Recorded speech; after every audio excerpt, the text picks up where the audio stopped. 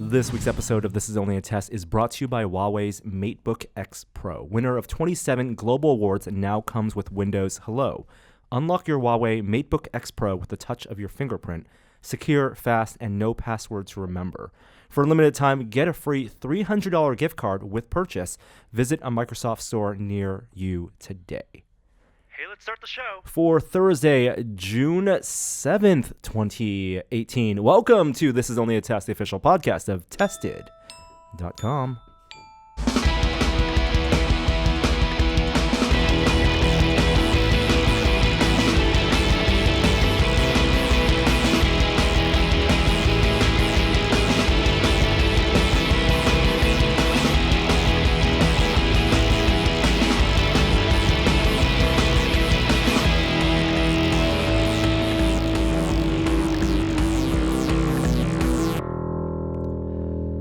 Hello, everyone, and welcome to this week's episode as Jeremy finished chugging some delicious coffee tea. Thai tea. Thai tea. I'm Norm, got Jeremy in the house, and returning for his first time in 3 weeks, a clean-shaven Kishore Hari. I shaved off my beard before the last time I was here. No one remembers that. Do you remember how to do this podcast? I talk somewhere in a direction. I say things incorrectly, and the commenters correct me. Oh, I believe I got it down. Yeah, that sounds about right. I want to say, just coming back, congratulations on your baby's arrival. Oh, yeah. Oh, the birthing process is very difficult. Don't jump the gun, though. It was very. No, Norm had a baby delivered this weekend. Do you not know about this? I think he picked up the baby. Yeah, I didn't do any delivering myself. Oh, you had to go get the baby. Mm-hmm. So what'd you get this weekend? I got a new car. Is it a Prius? No, it's not a Prius. Is it a Bolt? No, not a Bolt. I got the Model 3. You know, among the Tesla community, Yeah. of which I am reluctantly a part of now, Ooh. you cannot call it the M3. The M3 is BMW's car. Oh, yeah. You have to say Model 3. Uh-huh. So I got the Model 3. Is there a name for Tesla owners, like Teslites? No. Secret- There's a website called Teslarati, but I refuse to. Yeah, I don't know about that No. one. Secret handshake? I have been on the freeway Yeah. and other in the car, whether it's other Model 3 owners or Model X or Model S owners, when they glance my way, and some have, You get that nod, don't you? I do the three finger. The Yes. three finger. The three finger. The 3 finger salute. What is that? The L3 salute. Oh, is that the 3 salute? The 3 salute. Oh, my gosh. Where if you're watching the video, it's like this scout sign. Yeah. Some people can't bend their pinky all the way down, but it's holding. It's like as opposed to pistol fingers, which are 2 fingers, pew pew. It's 3 fingers. What are you talking about? And you do a little check. It's not a thing, is it? I do it. You're trying to start something? I'm Trying not to sure start that one's something. going to take off. I know you have a lot to say about this. Oh, I car. got so much to say. You've been thinking about it for days now. I've been waiting for this podcast. I could go for an hour and a half easily about this car, but Okay, I'm not going to. Good. So just your first impression, are you happy? Overall, Yeah. very happy. Okay, excellent. But first impression, there will be things to talk about the whole experience overall. Met some. I will give shout outs to the people who work at Tesla, who listen to the podcast. Met a listener, podcast Matthew, at the delivery center, and he said hi. A very nice gentleman. And everyone there was great. But we'll talk about all things about the experience at some point in the show. We're not going to bog that down in the beginning because it's a big news week, and me having a new car is not the biggest story this week. Shall we jump right to it?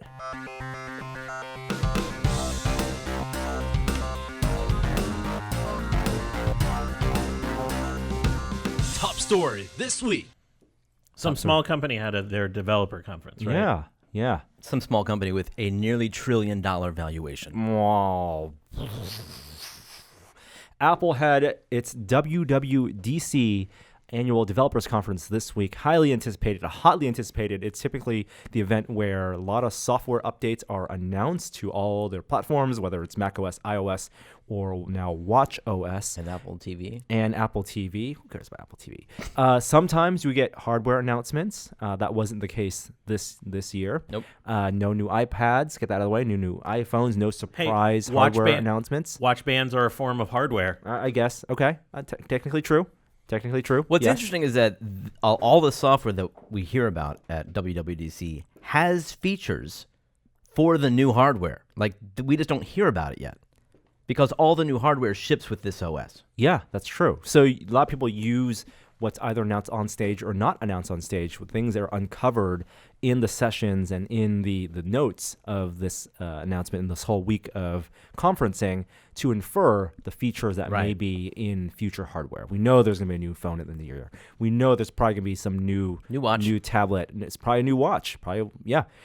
This is the third year into the watch, and they're going to want those people, that first gen watch who can't update new software, to buy the new watch. Are we going to jump in right there? Watch OS. Fine. Is that watch OS? Yeah, I don't know how many people out there have watches. Either of you have an original series? Yeah, they call it a Series 0.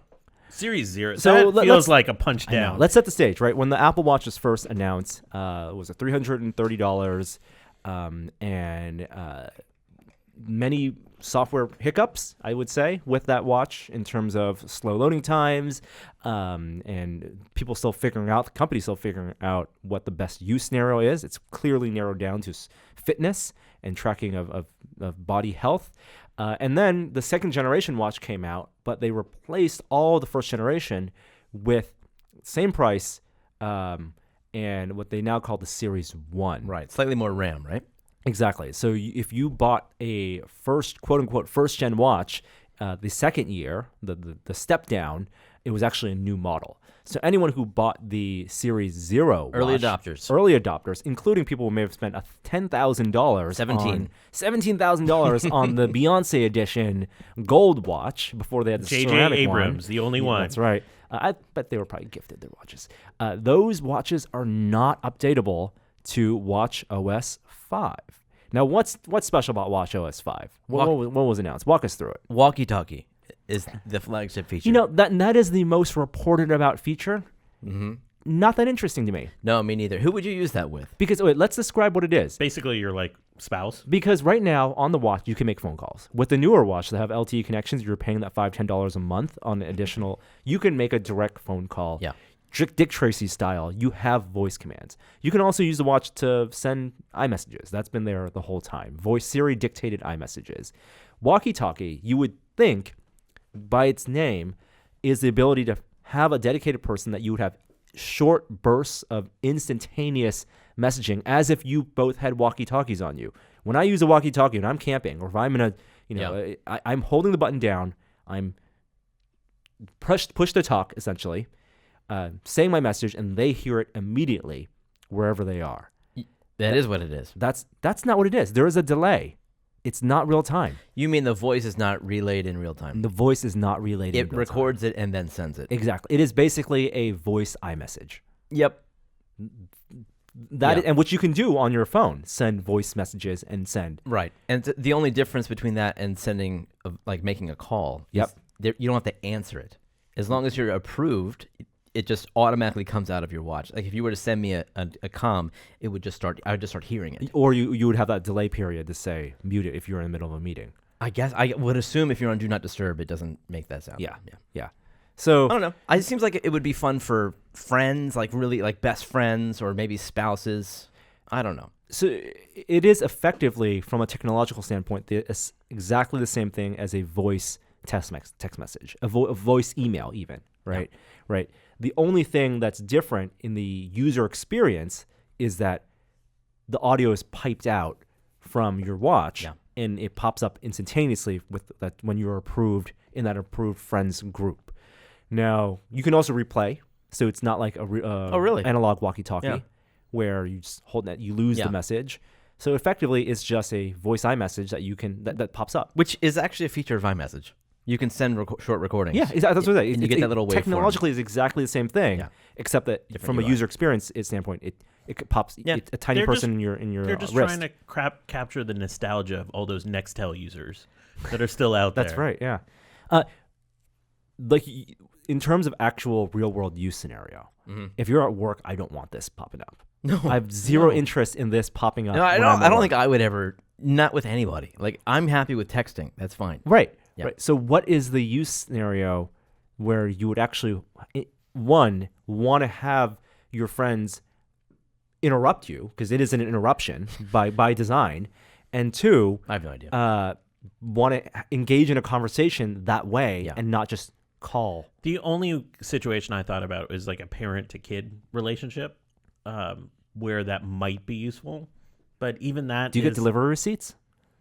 I know you got my walkie-talkie message. I know you got my voice message. Answer me, child. I just don't see much use in the walkie-talkie feature, but it's one of those things I want to see how it works, because if it's a lot faster than text messaging, which we don't think it will be, then it would have a huge use case.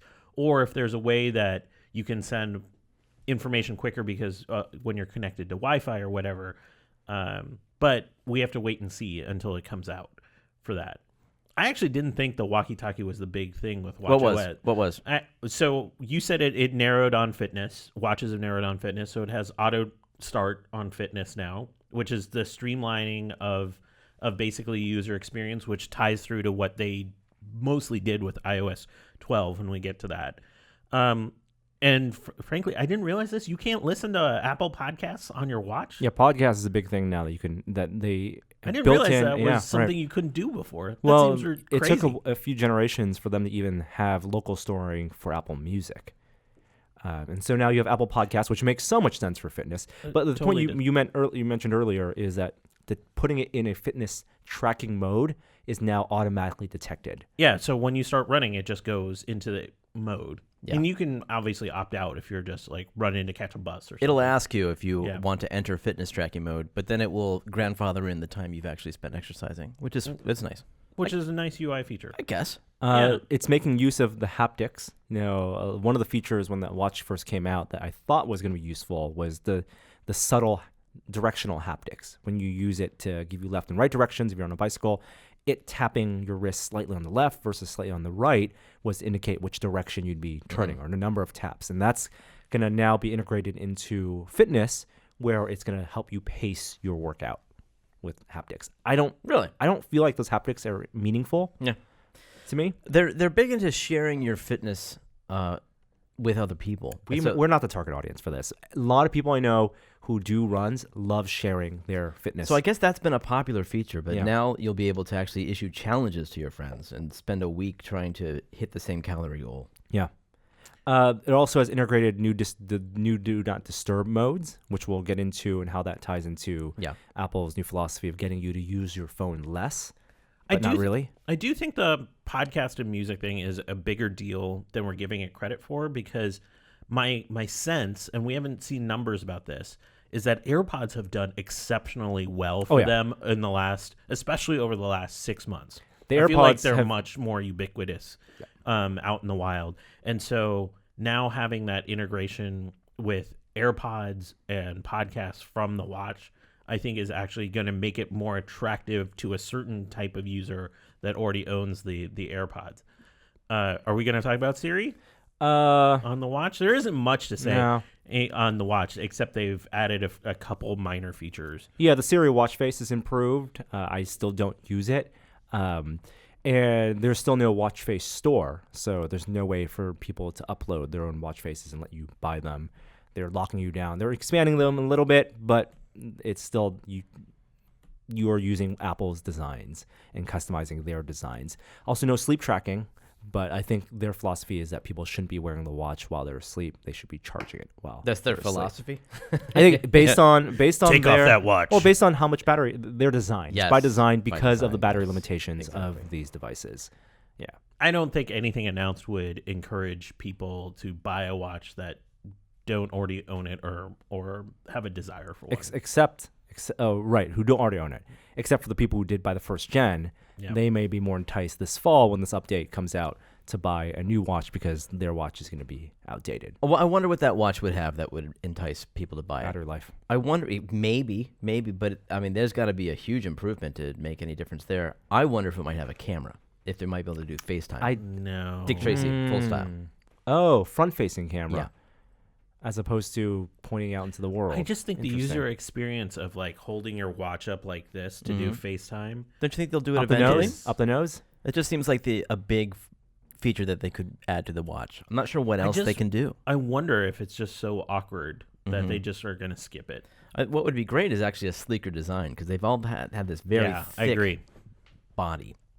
It's the Mark Newsom body. Yeah. Like and the band. I don't see them changing that for You need for a that while. battery. Yeah, it needs to be plump for the battery and also for the biometrics. If they ever get to 2 days on the battery, that's the advantage that I think will make a big difference. All right, let's move on because this is enough on the watch. All right, okay. Let's go to let's save iOS for last. Let's go to Mac OS. Dark mode. Well, Mojave. Yeah. That's the new update. That's the new name. Sorry for.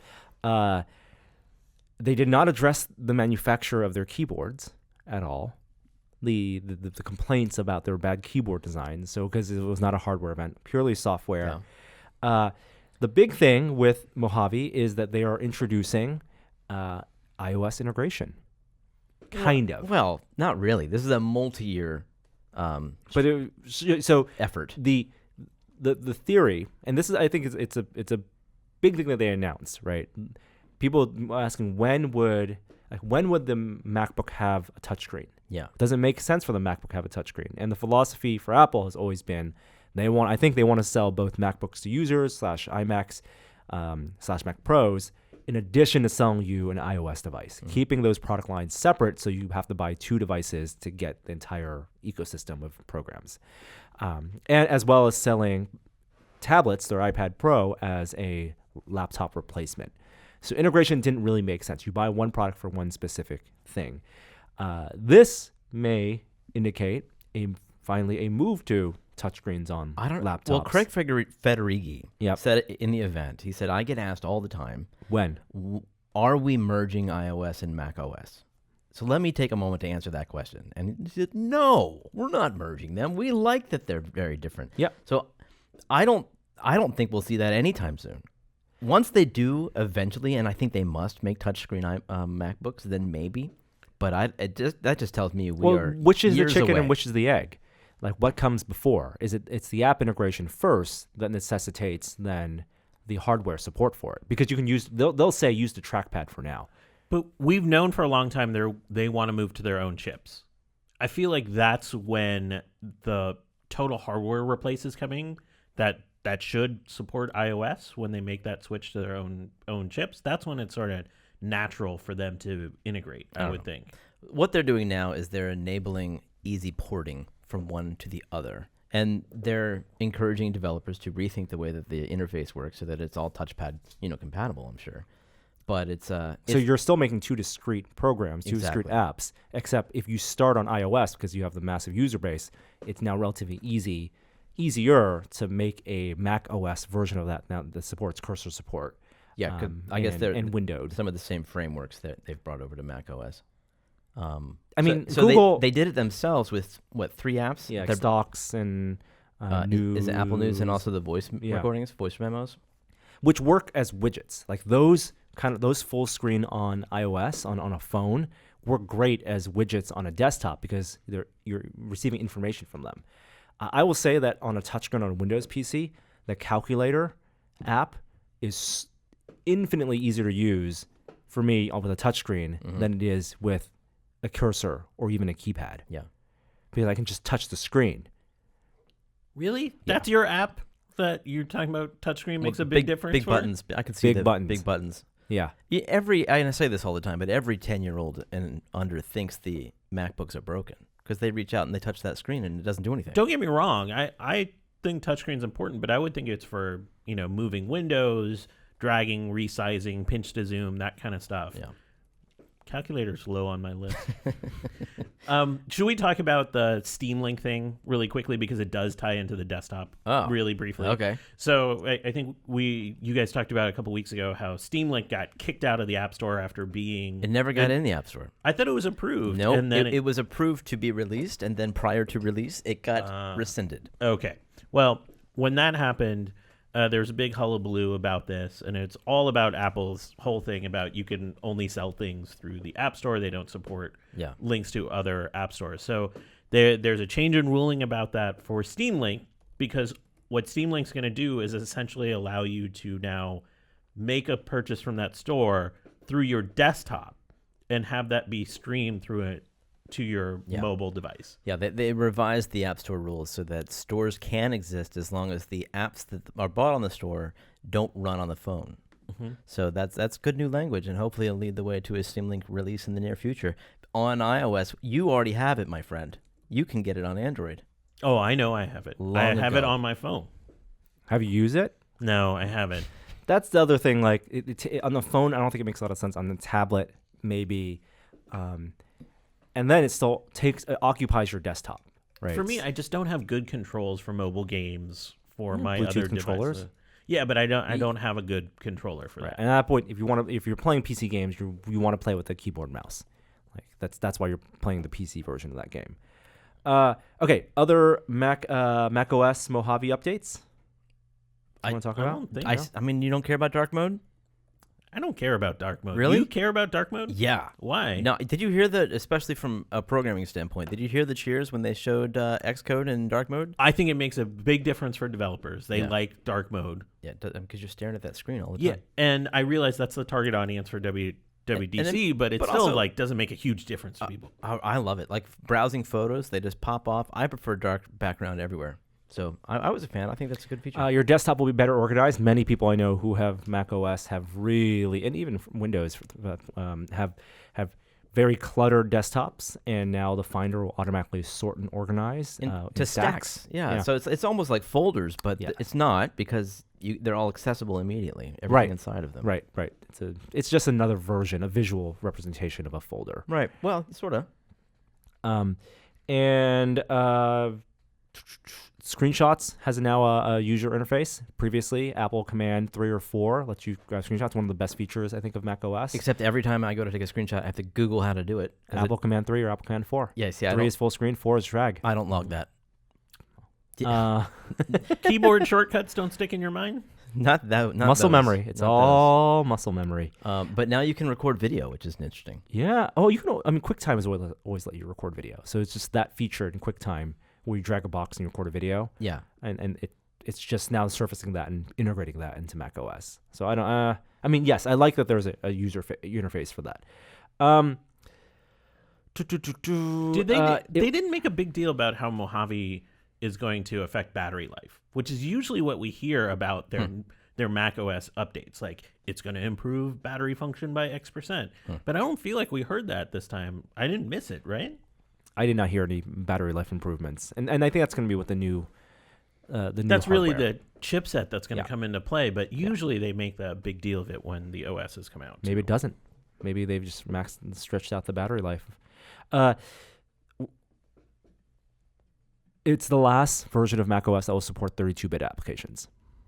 And the new version of Xcode will not even let you compile to 32-bit. Okay. So, I mean, it just means like if you have some really old apps on your phone that are open source on your computer, where there are many places where there are old apps that were great that don't get updated anymore, you won't be able to run them post Mojave. So that's something to know. And then one final feature that leads us right into iOS is it will now have group FaceTime as well. Group FaceTime. So this seems to be a big flagship feature for the new version of iOS. Agree? Disagree? No? What say you, panel? How many people can FaceTime in this new group FaceTime? Is it 16? It's an enormous number of people. Yeah. Small little windows for everyone. Well, you get 4 up top, and whoever's speaking gets bigger, and then you have this row at the bottom with everybody else. And if they start to talk, then they go up to the main stage and get big. I don't. It's That interesting. kind of dynamic shifting. Yeah. Is that an animation or is that just instantaneous? On Skype, it's instantaneous, You or, saw- or Google Hangouts, Google it's Hangouts, yeah. instantaneous, where we have a Right. row of thumbnails in the bottom. Yeah. Which may not work that great sometimes because someone may just interject and then suddenly the microphone picks it up and Yeah. it just swaps real quick. Google does an interesting thing where everyone is low res streaming, and then if you go big, it switches to a high def stream. Okay. And so it's always live. It's just the quality differs. And they can occasionally. do that in real time is very It nice. looked to me like the FaceTime was all high res, but maybe that was just smoke and mirrors for the demonstration. That's got to be smoke and mirrors. the because screenshots. They're going to hit some bandwidth limitations. The screenshots have these tiling of icons. Like I wonder, is that Kinda like floating. constantly shifting and floating? Yeah, I don't know. I wonder if the desktop looks a little different. Maybe there's more floating windows and fewer on the bottom. You're off by a factor of 2, by the way. It was 32 What? people maximum. That's nuts. I don't know 32 people Well, who I have mean, FaceTime. I've never wanted to have a conversation with 32 people at once. This is day 1 testing. We'll have to do this.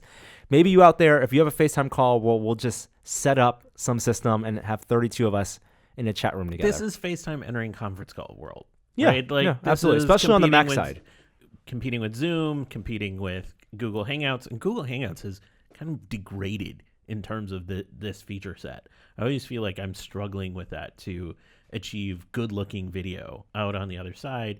I think this is a natural thing to do, and especially with the rise of products like Zoom, this is an easy place for Apple to integrate all of the hardware and feature set is there. It's one that users tend to hate. No one really likes their conference calling app because everyone hates being on those conference calls. Right.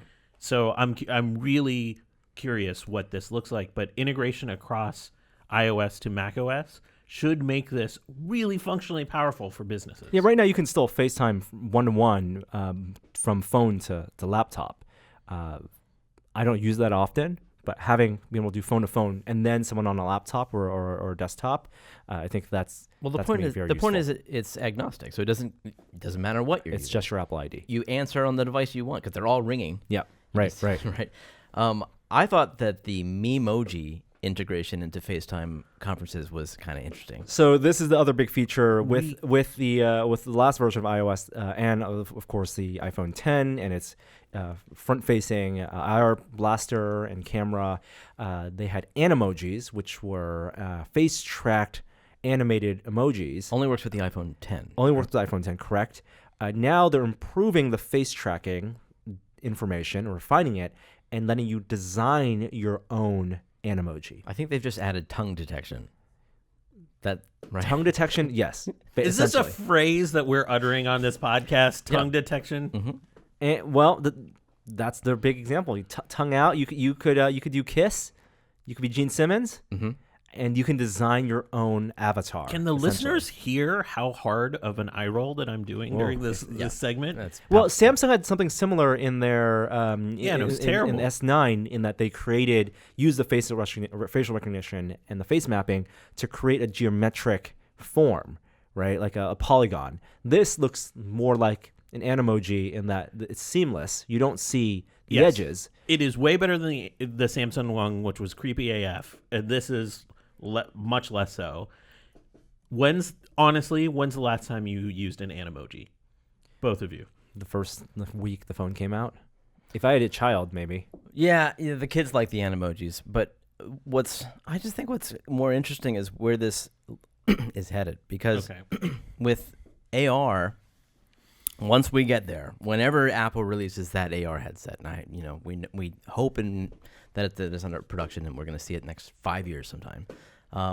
What are you going to look like to other people? And because I doubt you're going to get like true facial scanning, but it's possible that they could do eye tracking and maybe some mouth tracking. And that now we're seeing, well, possibly this is the tool that we'll be using in that stage. This is what our avatars will look like in the augmented reality world, that metaverse that Apple's People gonna design. love Bitmoji, which was an avatar created caricature version of yourself, and they create stickers essentially.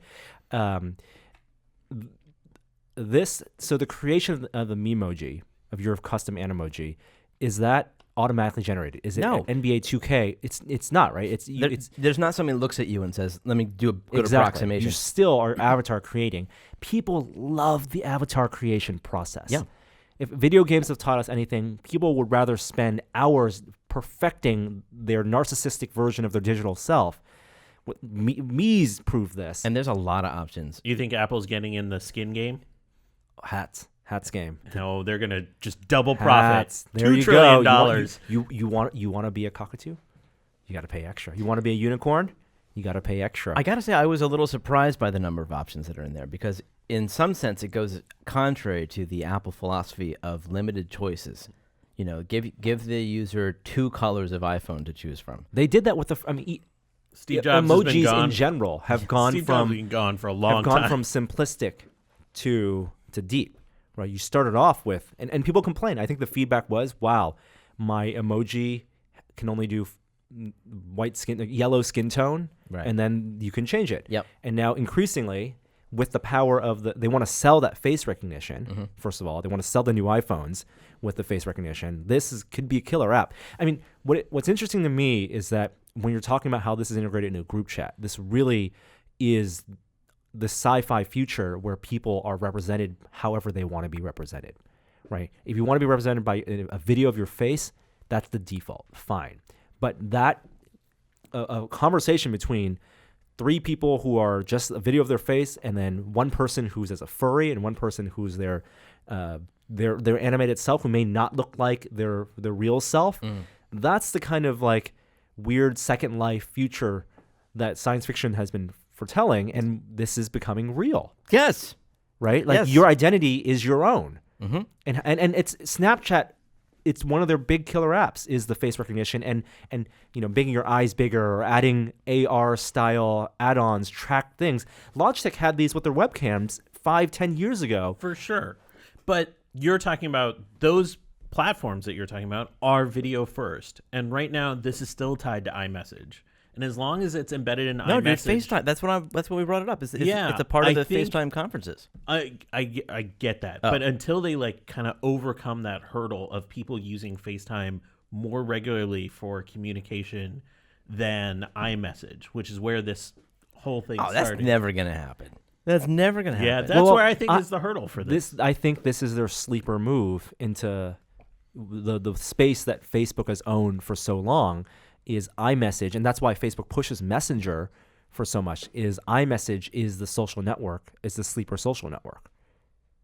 As iMessage becomes more robust, it becomes more than just a messaging platform. Mm-hmm. It becomes Instagram. It becomes Apple's version of Facebook, where that's how people connect with each other. Yeah. And I think these animojis and these memojis are a big step toward that. We'll all create our own. Kishore, even if you don't have an iPhone, we'll make you create your own. You know, Okay, everyone in that demo who was doing great group FaceTime switched over to Memoji. Yeah. Some of those people were not on iOS devices, right? They were using desktops because they were in their offices. Sure, There yeah. were pictures behind them. So how do you get the face tracking? Oh, my interesting question. So this foretells Face ID on MacBooks and iMacs. And maybe we did see a new product. Ooh. Well, speaking of Face ID, what I would say is probably the number one requested feature for iPhone 10 users, aside from bringing back the buttons or the headphone jack, is multiple logins. And finally, Face ID will allow you to have 2 logins. You and your significant other. I thought it was going to be Norm long hair and Norm short hair. That's what they're selling it as. It's Yeah. 2 appearances. It's going to be two separate people. Yeah. Yeah, you're finally going Why- to be able to let your spouse unlock your phone with that. Why only 2? Is it limited think- memory? No, I don't think it's that. You can make the case for that, and they would solve that. I think it's the more users, the more chance of overlap and false positives. Oh, right. Yep. Maybe at this point. But I figured this is going to improve pretty rapidly. Like I bet they've run through, and no, they haven't, because none of that Face ID data gets sent back to Apple, so they haven't run accuracy on their on neural networks to improve that. It just runs locally. So this is something that they basically have to upgrade their recognition engine, and over time improve the recognition between you and your second person. So I had to jump out of the keynote at this point. Are they multiple Face IDs to unlock, but you can't tie those to different profiles? at this point. Like There are no separate profiles. Yeah. There's never been. there's- an Yeah, I iOS. know there Except for has- schools. Schools get them. Yeah, so that's what I was wondering, because if this like Why becomes, sell like, one iPhone with 2 users then when you can sell Yeah. 2 iPhones to 2 users? Exactly. We're gonna run through some other things relatively quickly. Oh, let's go to tvOS. Oh no, don't we have a couple like All right, minor what- iOS things? to What are talk the about? other iOS updates? I love the security code autofill. It's a very minor thing, but everyone that has 2-factor that gets a text message with a code to plug into a website, That's smart. now it autofills. Great. I think Makes that's so much sense. Real streamlining. I think that makes a ton of sense. We didn't talk about Siri at all. I mean, they're trying to shortcut the shortcut app for Siri. Let's talk about this one thing: the security autofill. And to clarify, if you have a 2-factor authentication for something like Dropbox or Facebook or something, Yep. and you sign in on your phone, a new phone. This happens mostly when you're on a new phone or when you've been logged out for a while. It will send you a text message or offer you to call, and in iOS it pops up, and then you copy that 7-digit code into a field. The ideal scenario would be to eschew text messaging at all, where the form, the 2-factor form, will recognize that you're on an iPhone and tie it, and you have your security key because it's your phone number, and it should just work. You should never have to see that field. So this is still a bootstrap solution to 2-factor authentication.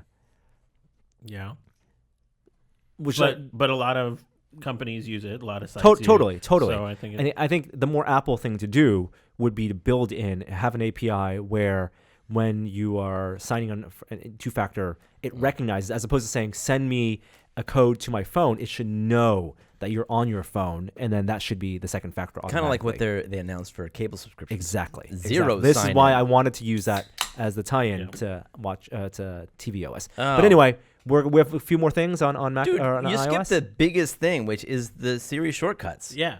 Didn't you think that was cool? I thought it was mostly cool. Because it represents a pretty big advance in Siri's underlying technology. Oh, really? See, I don't think so. I feel like this is... Well, maybe Siri's that bad that it's... Yeah, I don't feel like what I want to see is just more robust recognition, chaining of queries. So that kind of thing. describe But yeah. how this works. The Shortcuts app is more of like, it's a user-friendly batch program, design tool. It's if this then that locally It on your is. phone. It's exactly that. That's an excellent description. The new version of this and that, which allows for a more robust execution. So it's a way to assign an activation phrase to a series of actions. So I could say... So there's a separate app you open. Exactly. New and app. you create your batch, you program in, open Spotify, Specific send a phrases. message. So the cool demo that they gave was headed home. So if I say headed home, and by the way, you don't have to say, hey, Siri anymore to your watch. You can just say, because you've raised your hand to your wrist. Sure. You say headed home, and Siri responds, I've sent a message to John telling them that you will be home in 17 minutes. I've set the thermostat to 70 degrees and turned your fan on. Here, I will turn on KQED for you, and here's the map with the route home. Right. What? That's awesome. That is Jarvis, but not artificial intelligence. That is just Jarvis pre-scripted. But I'll take it. Yeah.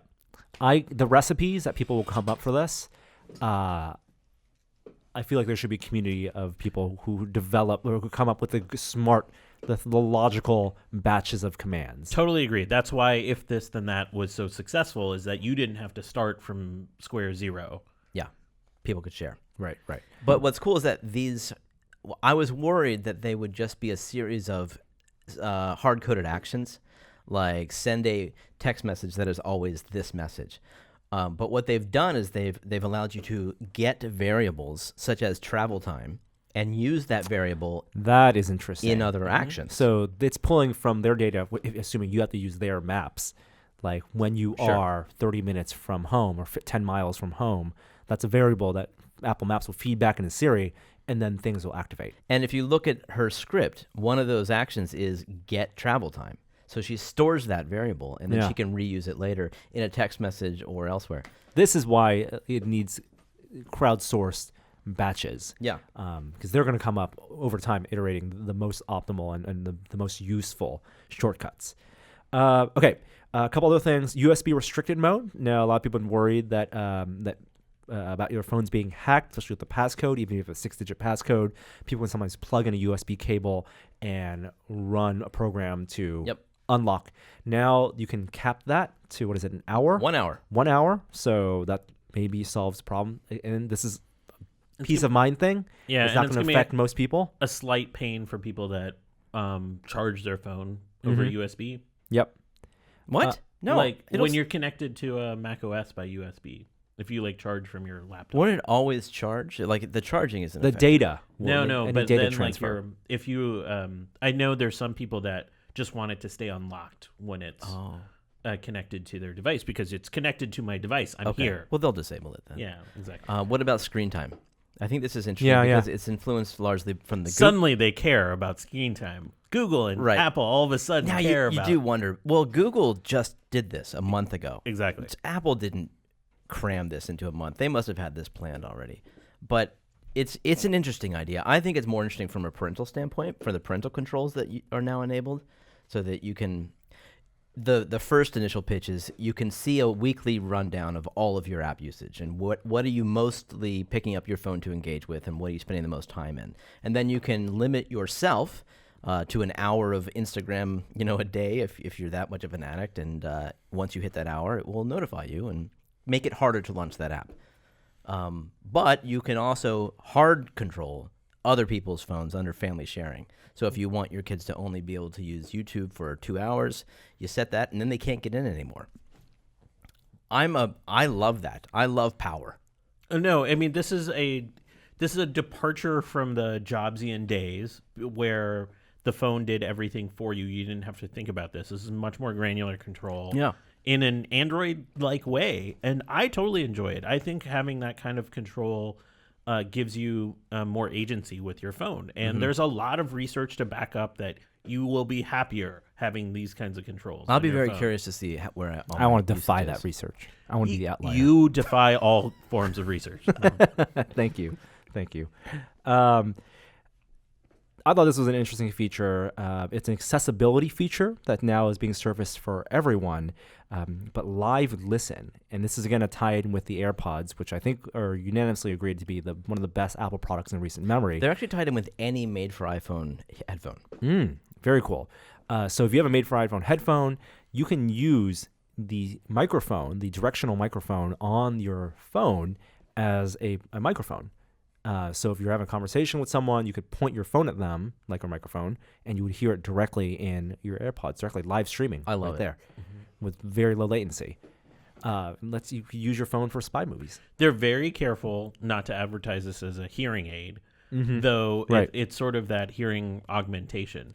And I'd actually be really interested to hear what Adam thinks about this feature because he's been pretty forthright about. Struggling to hear out of one ear versus the other. This seems like built for someone like him. It's the audio equivalent of someone who's dropped their glasses and holds their phone up to their face as a visual aid because they're short-sighted. What? I have never seen anyone do that before. Okay, right? Yeah, so if you drop your glasses and you're short-sighted and you can't see things far away, you'd hold your phone up to your face, closer to your face, not like right up to your face, to see the image on your phone, and the camera is wide angle, and so you can see things far away. Who does that? It has happened many times. People have told me many times. It's really heard about that. Yeah, that's actually pretty ingenious. And this is the audio equivalent of that. We skipped their lead feature of iOS 12, which is better performance. On the older phones, on iPhone 6s in particular, you're supposed to be able to get 40 to 70% better performance. The reason I didn't bring that up is that is a giant we'll see. Yeah, well, it does. Yeah, because it's going to depend on the app and usage. Yeah. Any other things from iOS 12? The developer beta will be out or is out, and they usually follow up with a public beta. And this will be built into whatever new iPhone comes out in the fall. Finally, tvOS, and we alluded to it earlier. The big feature we think is that it will have zero sign-in for the code, and this is basically Apple conceding. Well, that's not for every provider. They're rolling it out with some provider I've never heard of. Charter, right? Oh, is that who it is? Okay, I guess I don't know about them because they don't have it Regionally, service yeah. here. But everyone who anyone who has a Comcast account, who has a Time Warner account, who wants to watch Showtime or even Fox on the Fox app, or the local app on their Apple TV, has to go to the /activate website and type in a code. And Roku's have done this, and it's a very standard accepted thing. And now it's once you're logged in one time and you're tied your cable account, your subscription account to your Apple ID, it will automatically integrate that. This is in the back end. This is how it should always have worked. And I think it's Apple conceding that they will never have their iTunes for TV. Like, the cable networks have wised up, and they are not going to give Apple the same amount of control over content as the music studios did, 10 years ago. One thing 15 years ago didn't show, which is actually a really great utilization of my Google Home with my YouTube TV, is Siri control of the live TV. Does that work? They didn't talk about it. Like, can you go, Siri fast forward 2 minutes when you're watching TV? Yeah, I don't know. I don't think about TV, only for movies. Yeah, and usually it's restricted by the provider because they don't want that, that hurts their bottom line. But it is like an awesome feature in Google Home, and it seems like it would be a natural place for them to go since they're pushing Siri integration. Yeah, I know you cats don't use CarPlay, but as a CarPlay user, I'm excited to see third-party navigation apps blessed for use on that. Being able to use Google Maps on that is going to be huge. I mean, that was purely just Google Maps, right? Waze. Oh, Waze, yeah, okay. But the point is, other apps can be approved.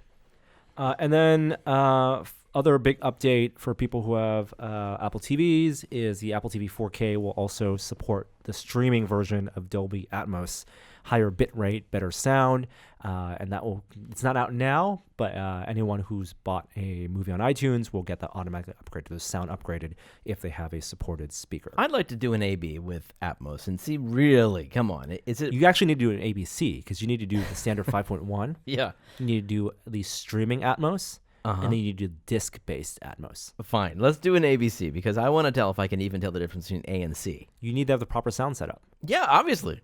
We'll do a test. But a nice sound setup sounds good on 5.1. Yes. We will do a test. Great. I love testing. Always be testing. Always be testing. And teasing something we'll talk about later in the episode. Is that it from WWDC? Yeah, we can talk about the AR stuff in VR. Yes. VR minute. Yeah. All right. Well, let's get to tech news. What?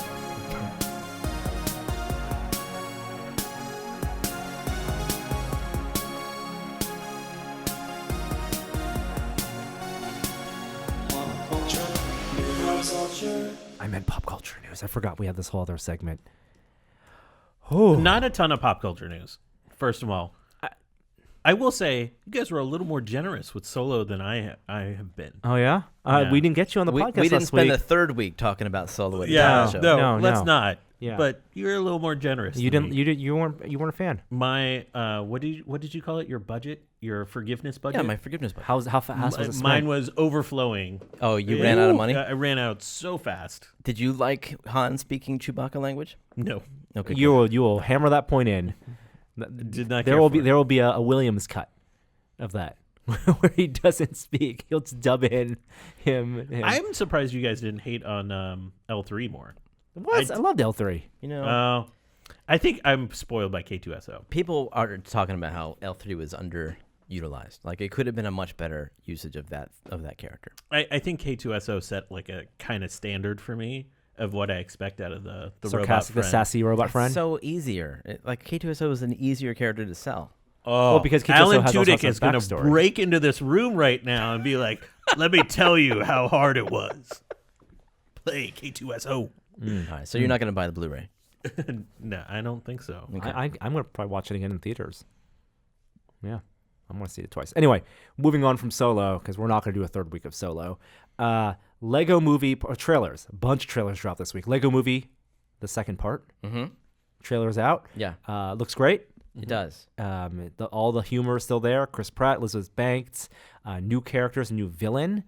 Starts off in this post-apocalyptic Lego world.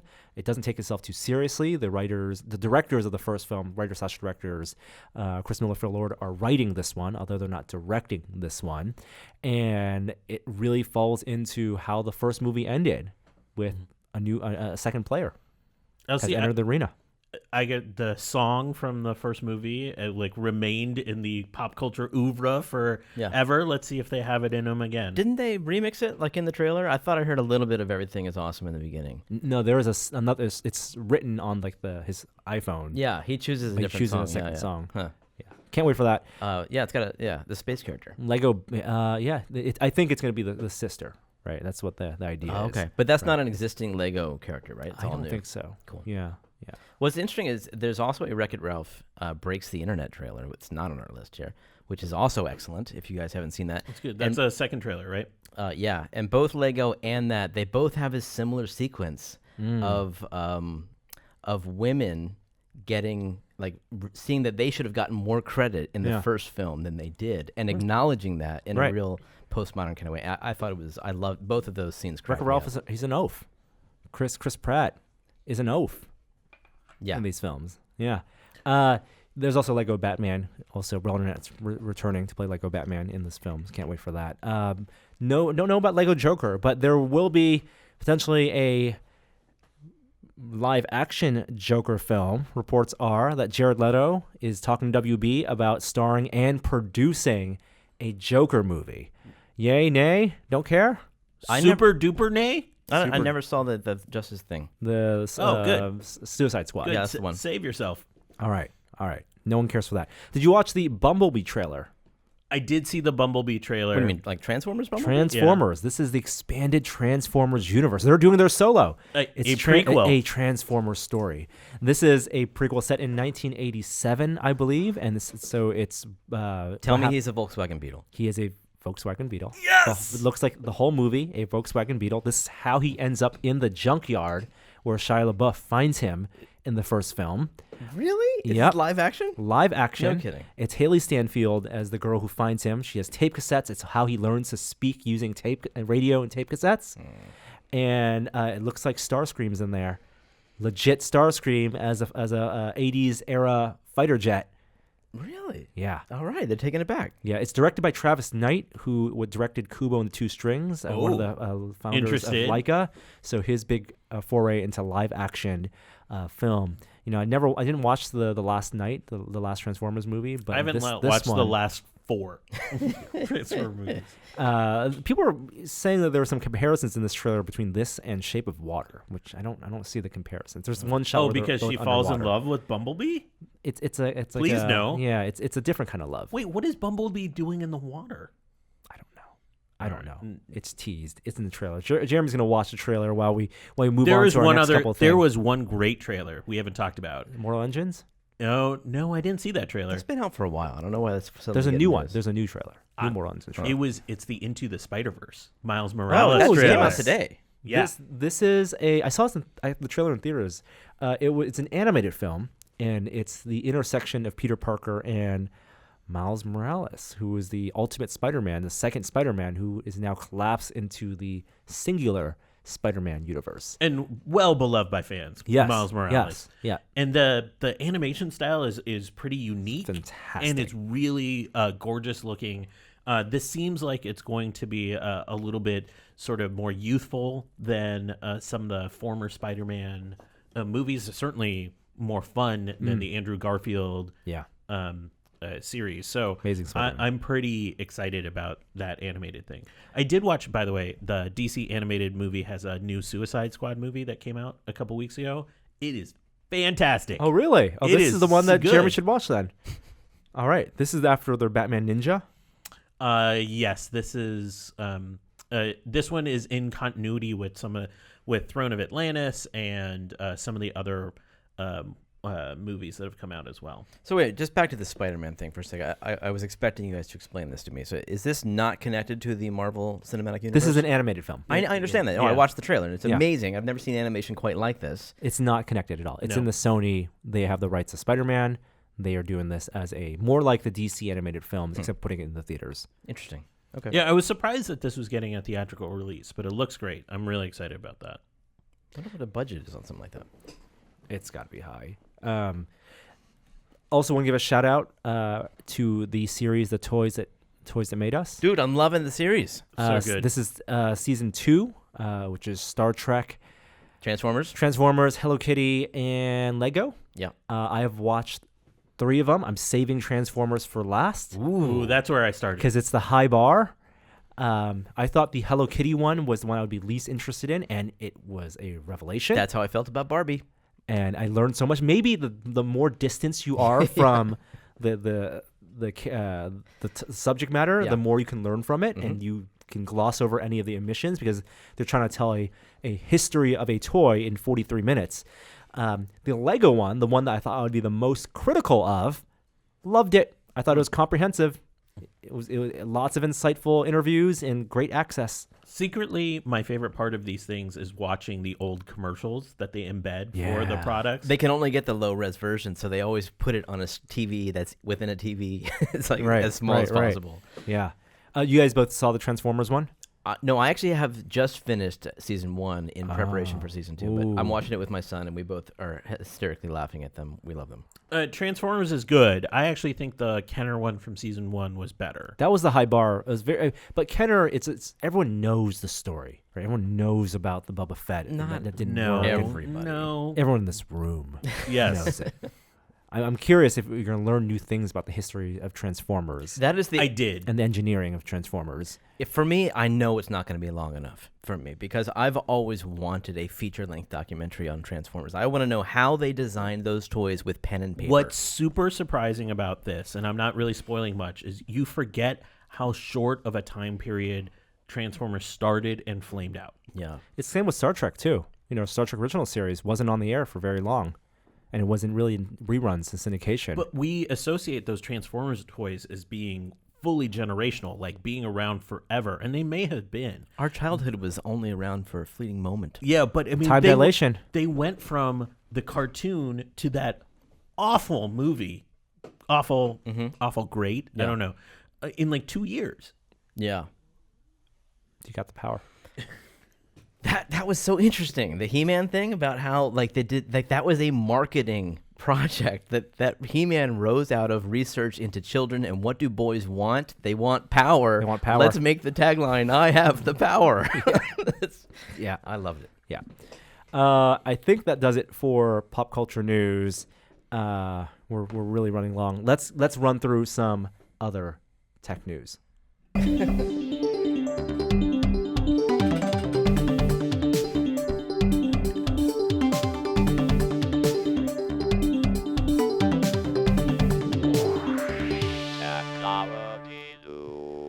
All right, Microsoft not resting on its laurels after buying LinkedIn, after buying Minecraft. They have now purchased something for developers. Microsoft has acquired GitHub. Wow. Do you need help uploading your code to the site? I'm just doing my Clippy Is that impersonation. Clippy? No, I saw it. $7 billion? That's $7.5 billion. Oh my God. It's now they bought LinkedIn by comparison. They bought LinkedIn for $26 billion. So that was Bargain. also probably access to developers. GitHub, a place where developers converge to upload their code and share code and collaborate on projects. What's the return for Microsoft here? It can't just be enterprise usage of GitHub and subscription fees. What's the return? Subscription fees, they are sustainable on subscription fees. Are they already? Yeah. Yeah. Yeah. Okay. Sustainable's different than $7 billion in profit. Right. But it's getting those users, developers working on projects to use Azure and use their cloud computing services. Mm-hmm. That's where all their money is in. How do they influence developers to use Azure simply by owning GitHub? Ads, Ugh. promotions. They could have done ads anyway. It just seems odd. Well, it seems odd from an economic standpoint for sure, but from what they own in the marketplace now, LinkedIn and GitHub don't really have massive competitors on the horizon right now. That's the place you go. LinkedIn is the social network you go when you're looking for a job. Period. Did you? Yeah, I updated my LinkedIn. Yeah. And and GitHub is like the premier resource Yeah. right now. So Like those places are secure places for Microsoft to be for the next 10, 15 years. Yeah. Mm-hmm. I'm sure they had a business plan for this. The question is whether developers will accept it, and if the changes, even a change in ownership will scare developers away from using it, or if it's so What's ingrained. the fear? What's the fear that Microsoft will look at your closed source? Maybe, or they will ruin the user experience. Mm-hmm. But they haven't done that with LinkedIn. I mean, it was already terrible to begin with. Right. And Right. you- This is something that's beloved. And you wouldn't even know Microsoft owns Minecraft. Like, they've done nothing to that. Well, that's a waste. What a waste of an opportunity. No, they're just mining money. That's what. Except the time has passed. They bought Minecraft when it was the Fortnite of that era, and now kids are playing Fortnite instead. Well, older kids are playing Fortnite. I think kids are still playing Minecraft at a certain age. Mm. I'm curious what Linus Torvalds thinks of this. Because when I heard about the news, I immediately searched for that and couldn't find any quotes. But as the creator of Git, obviously he has no stake in GitHub. But as somebody who created this, empire, which has now been sold for $7.5 billion, I'm curious what his thoughts are. All right. We had a couple bits of other phone news, Android phone news. Both interesting in their own ways. Asus has a new phone. It's ROG phone that they announced at Computex, and this, which much like the Razer phone that I checked out a while back, is one of the first ones that has a 90 hertz screen, high frame rate screen, which for my usage of the Razer phone made for a huge impact on web browsing and just day-to-day use. I want a high refresh rate screen on phones. You're seeing them on tablets. They are a huge power draw, and yes, you can have adaptive refresh rates, but I don't know if you can do it on OLEDs. You need them on LCDs, but a high refresh rate screen is something I would love to see. It makes everything pop, for sure. Totally. User experience is so much better. This runs on a Snapdragon 845. It has also vapor cooling, and interestingly, there's an accessory to plug controllers on the left and right sides of it. Bracket your phone with controllers and basically turn it into something that looks like a Nintendo Switch. Mm-hmm. Oh, they're custom controllers. Yes. Mm-hmm. Yeah. Interesting. And does that ship with the phone? No. You got to buy them. Bad move. I mean, it's also Android, so you got to have the support for it, and the games have to support it. I guess any game that supports Bluetooth controller, you could use it. You could use it this way. Additionally, Lenovo announced their new phone, and they had hyped up their phone with these like viral photos and videos about it being all screen. This is the Z5 with a sketch that looked like edge to edge screen. And the new phone, well, has a notch. Mm-hmm. It looks, and it has a chin. It is 2018. Everything has to have a notch. Yeah. That's the rule. Yeah. So 90% screen to bezel ratio. So they couldn't get away from it. This one runs on a Snapdragon 636 and a 6.2 inch screen and 6 gigs of RAM. The Asus phone, 8 gigs of RAM, in case that's something that you as Android listeners and users out there care If you're about. going to game with it, you better have that much RAM. Did we talk about the augmented reality file format that Apple announced? No, we're going to talk about that in VR minute. Oh, God. Yeah. Good. Yeah. OnePlus 6 is already making its way into users' hands. This is also a phone with a notch and a big screen. It has its own face unlock, but as many people figure it out, putting a face unlock on your front-facing camera is not an easy task. You can make the software for it, but phones and laptops have had, and Windows Hello has it, but that one also even has an IR blaster for some depth sensing. This one on OnePlus 6, not very secure. It's made purely for convenience because you can fool it with a black and white photo of yourself. Wow. So no be one, warned. No one would go through that. Have much you trouble. tried that? I've not yet tried it. I need to print out a photo and try it. Oh, we got to try See? that. Too much work. Yeah. Well, yeah. So it's a matter of how you think of your phone's lock screen and your phone's lock code / fingerprint sensor. Is it purely for convenience, or is it actually a security measure?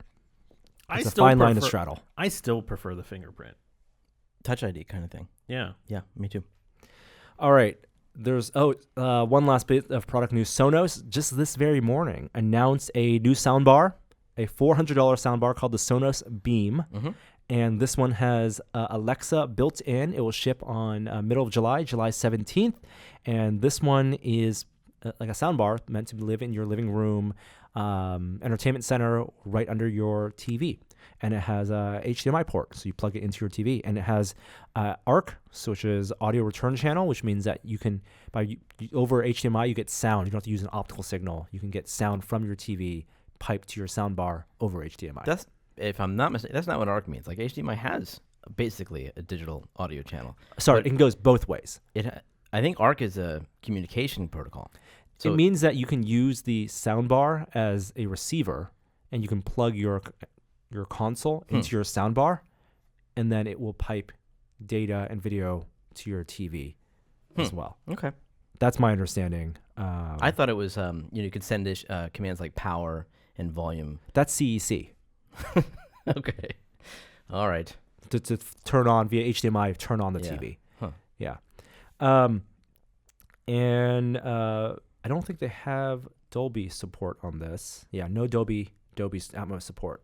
But $400, it's competing with Apple's HomePod, and Sonos has typically made pretty good speakers in the past. Is that all the non-car tech news? Are we about to jump into a shower? Are we doing it? Sure. Let's do it. So we enter Elon's shower. It's so bitter and cold in here. It just makes me want to pee. Hearing that sound. If you were one of the people who pre-ordered / bought a Boring Company flamethrower, Yep. you're in luck, because California legislation to restrict distribution of those types of flamethrowing apparati has not passed, and so you will probably get your flamethrower Oh. at some point. I'm going to surprise people. I'm actually in favor of this ruling, because the components of the flamethrower are things you can just buy at Home Depot. They actually sell a version of this flamethrower. Don't call it a flamethrower. It's not really a flamethrower. It's basically a propane torch hooked up with a nozzle at the end.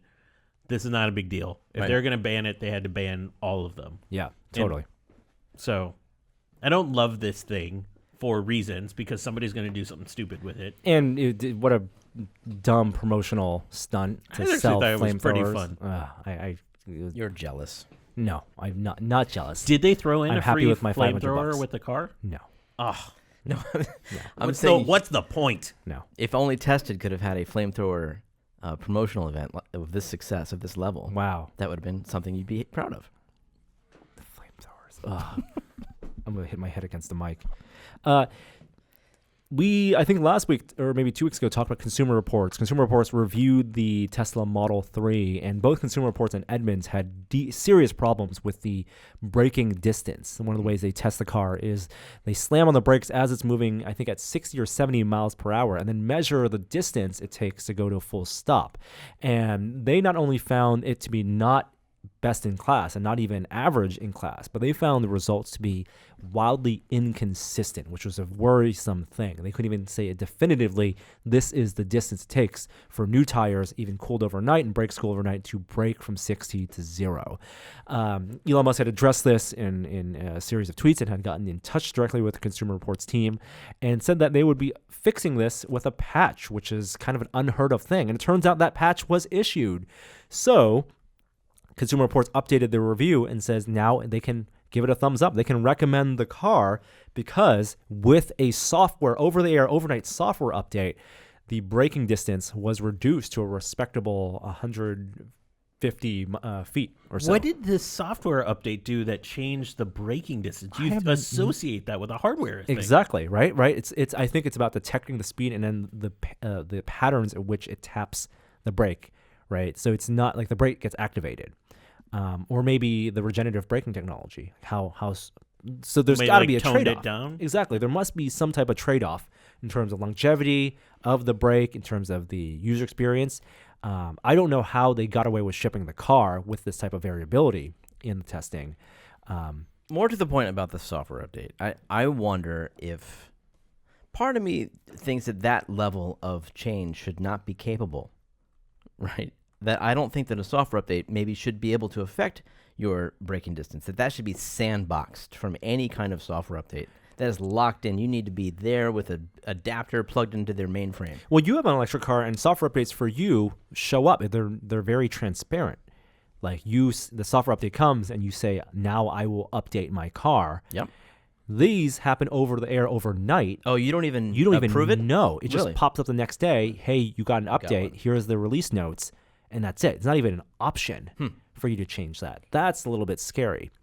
The other things that some users, and maybe this is just placebo effect, I have no idea, are reporting that they are feeling less acceleration with their car as well after the software update. That driving experience has been hampered a bit.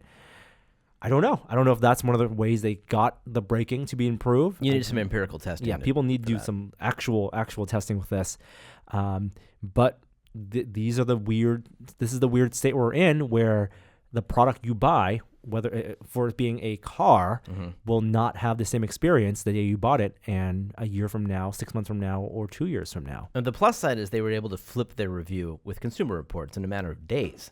And how many other car manufacturers are looking at that saying, "Oh my God"? So the question is, did they actually start the new software development on that after the review came out, or was this a known problem? No. I'm saying, like, even if it took them a month to make the change, they still were able to do it with a software update and change their review. Like Without a recall. Every other car manufacturer would have had to do either a recall or wait a whole product cycle. Yeah.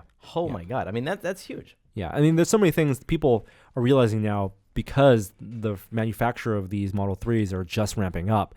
At the annual stockholders meeting, they said they've finally reached 500 a day for in terms of making these cars. If you got one of these cars with a low VIN number, 4 months ago, 5 months ago, you will not have some of the features in the new car, the comfier seats in the rear seating, the adjusted suspension, based on feedback from users and based on things like Consumer Reports reviews and Edmund reviews. I actually think I don't mind that. I think there's like the expectation that all the cars are going to be the same. That's the way cars have been done, and so I actually appreciate that they're mending on the fly. But it's about the scrutiny of the users. There's an entitlement factor that a lot of these owners have felt, because they're treating it like a phone. They're treating it like a piece of technology, not like a car. Like, you're right. Car manufacturers have done stealth updates and improvements, not only annually, but even mid-production cycle for products forever. And the variability in terms of panel lines and stuff like that, it's been standard in cars. But because there's a prestige element, because maybe it's the type of people who are buying these cars now, and because of the wait that they've been waiting so long, and because of the spread of the forums and just communication between owners, people are more aware of these problems, and they're giving grief to the companies for variability that may be standard across other car manufacturers and the industry as a whole. Yeah, it's two sides of that story. I mean, people are used to the model year. I have a 2017 Bolt. Right. And the 2018 Bolt has a couple changes to it. Right. But they didn't make those until the next year. Like, people either have to get used to this new way of doing business with Tesla, or Tesla will eventually become they'll figure things out so well that they will switch to a model year. I don't think they will. You don't see that happening? I don't see it. I don't like the model year. I know, because there's no, I get that's how it's been done. Yeah. But why does it have to be that way? I mean, that would especially with software. That would mean that Norm got a worse car that they know how to build better. Exactly, but I think it has to do with that customer satisfaction. Like, I get that. Purely cognitive. It's a cognitive dissonance. But it's like one of those things where it's owners. like, we know how to fix this. We're just gonna wait. Yeah. I like the idea of fixing it, especially if it's software, right? Especially if it's software. There are some reports, third-party estimates of the number of refunds for people who have put in deposits. Now, I think what Tesla said was that 400,000 people pre-ordered their cars. It's been 2 years since the Model 3 was available to put a $1,000 deposit in, and by some estimates, about a quarter of those pre-orders have been rescinded, have been refunded. Jeremy, you're one of them. Yes. Sorry, I was thinking about my Bolt. We're podcasting here. Hello. The new one can charge my iPhone, and mine can't. So I'm just. Is this what happens? Is this what happens when you get an electric car? You just kind of zone out and think about your car a little bit more. That's why autopilot's a feature. Yeah. So about a quarter of people. That's a lot of. That's potentially 100,000. So times 1,000. What's that? That's $100 million in refunds. Is that right? Is that math right? Correct math. 100,000 people times $1,000 is $100 million in refunds. That's a crazy amount of money. Yeah, but I mean, it didn't come all at once.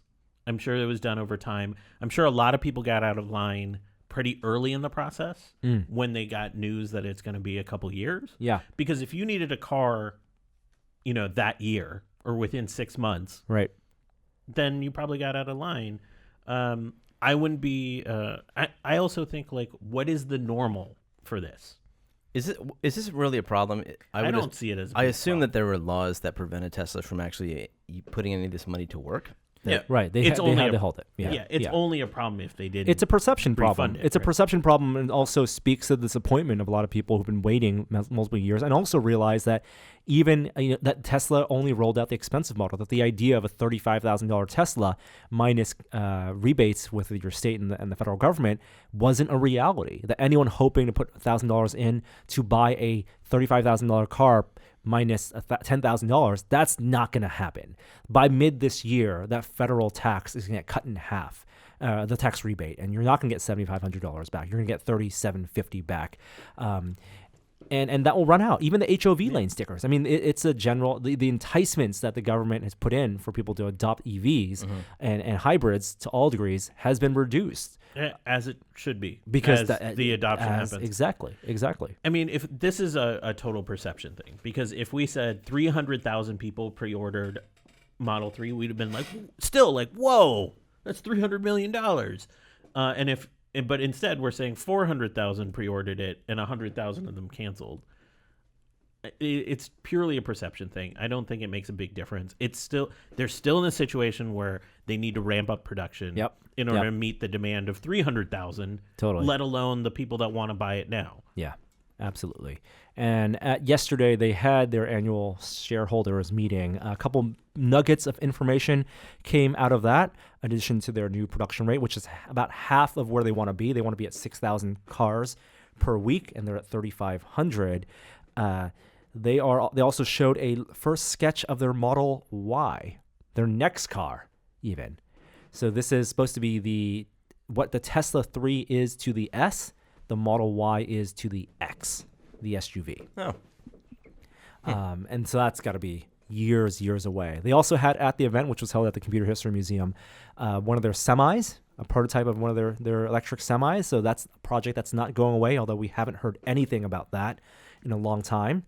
And I think that's actually the bigger project. I know we talk about the Model 3. I think that's the one that's going to change more things. Well, that's the one that needs autopilot really to work. And then the last thing, which doesn't need autopilot to work, is kind of the opposite of autopilot, is their new Roadster. They had a mock of their next gen Roadster, which goes 0 to 60 in how many seconds? A little bit.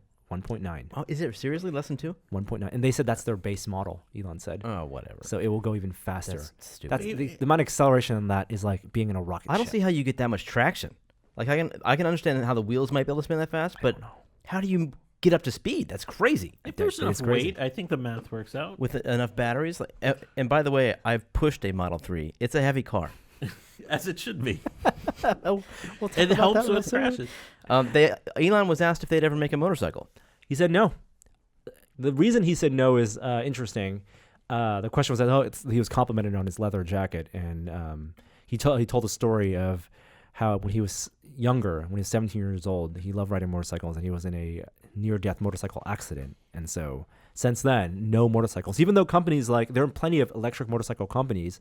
Harley-Davidson has a subsidiary that's making one. The Zero, I want to say, is one. It doesn't make sense for Tesla, because it's not built off their business and scale is their battery. You know what is the flat battery. It doesn't make sense now. You know, it also doesn't make sense because Tesla has a terrific safety record. Right. All of their cars are off the scale safe vehicles, and they have great crash test ratings. Motorcycles don't. Motorcycle typically. would never have that. Yeah. Wait, did we skip over why Jeremy pushed a Tesla? We're gonna get back to what we've been testing. It's foreshadowing.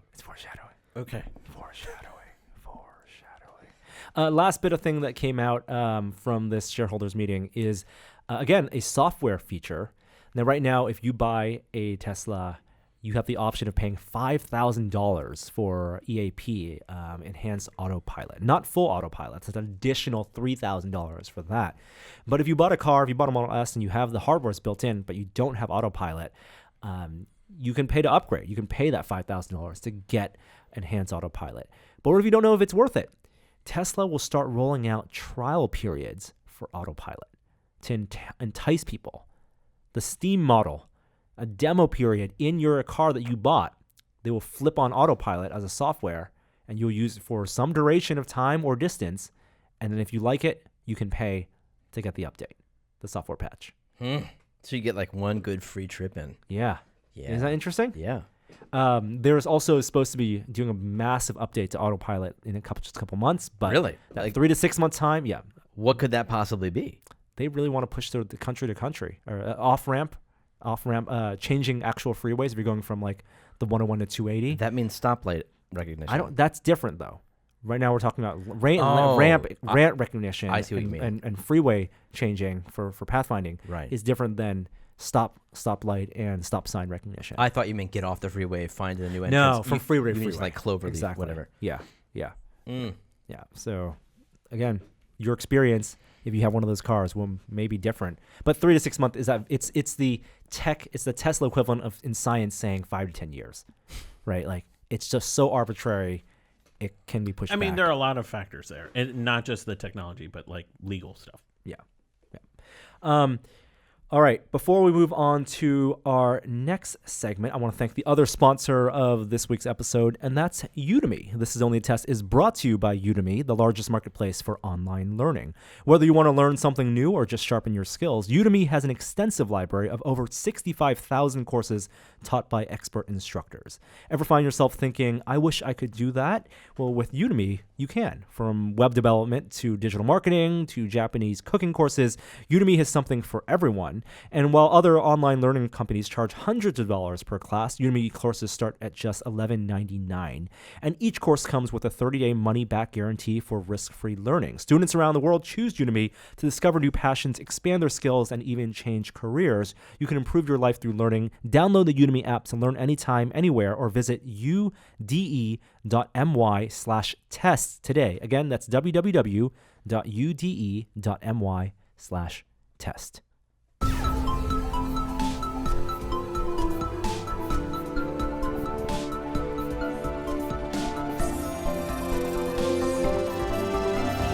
Now it's time for a moment of science.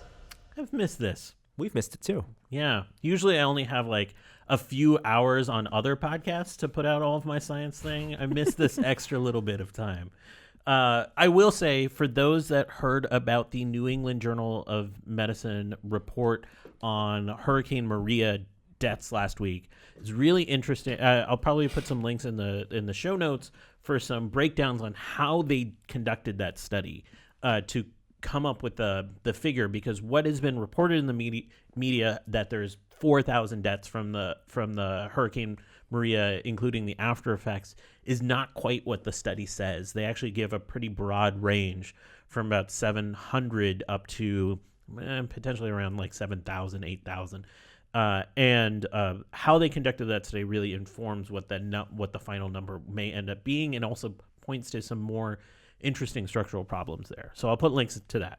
But we're going to start with a study that's really for our friend Norm. Oh. Norm, you take pictures of a lot of stuff, I do. right? Do you ever take pictures in like museums or of art, or I love taking pictures of art. do you feel like taking the picture makes a richer experience, like in terms of you remembering that thing? 100%. Okay, it doesn't. Science has said for a long time it Damn doesn't. it. And so there's been a lot of studies that have pointed to this idea that when you're actually taking a photo of something, you're telling your brain, you're offloading the memory in a way that basically prioritizes it lower on the list than if you're sort of taking it all in. And this idea of like offloading the memory because you're taking a photo of it, you don't make it important. It doesn't store in the same way, so you don't recall it as well. It kind of goes a little counterintuitive to what we would expect. That taking I think a photo, depending on what type of photo you're taking, if it's a smartphone photo, maybe. but I'm taking a photo and I'm going into it afterward, and then Yes, so you're spending more time yeah, with the photo. exactly. So that's really because of Lightroom that you'll Yes. remember it better. Well, there's a new study that looked at this phenomenon and came up with like a slightly different take on what's happening. Not the offloading that's actually happening. It's actually because you're fumbling with a bunch of stuff and your attention is redirected. Because you're hitting buttons, that you're looking at the camera, that you're worried about the operation of the camera, that a form of distraction is setting in. And so when you take a photo, your recall of that photo is much less, but not because you're prioritizing it any less.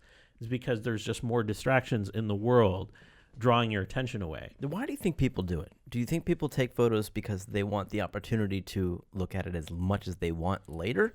Yeah, I think like as soon as we got to the point where it's like, well, these will exist forever and it's free to store these Yeah. forever, it basically devalued the experience in some way.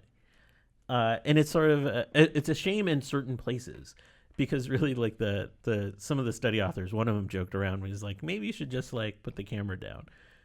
But it was just a joke. But I'll say that when I do a museum tour, I usually walk twice. I do the one walk without the camera, and then the second round is with cameras up. Well, I think it just pokes a deeper hole in the idea of sometimes like people are like, oh, I'll take a picture of this to help me remember it. Unless you actively engage with the photo later, that doesn't work. It does help though. Taking pictures of the plaque. Yeah, I keep telling you the science says no, and you're like, nope, I'm different. I think Jack White did a concert where he took away everyone's cell phone, and people loved it.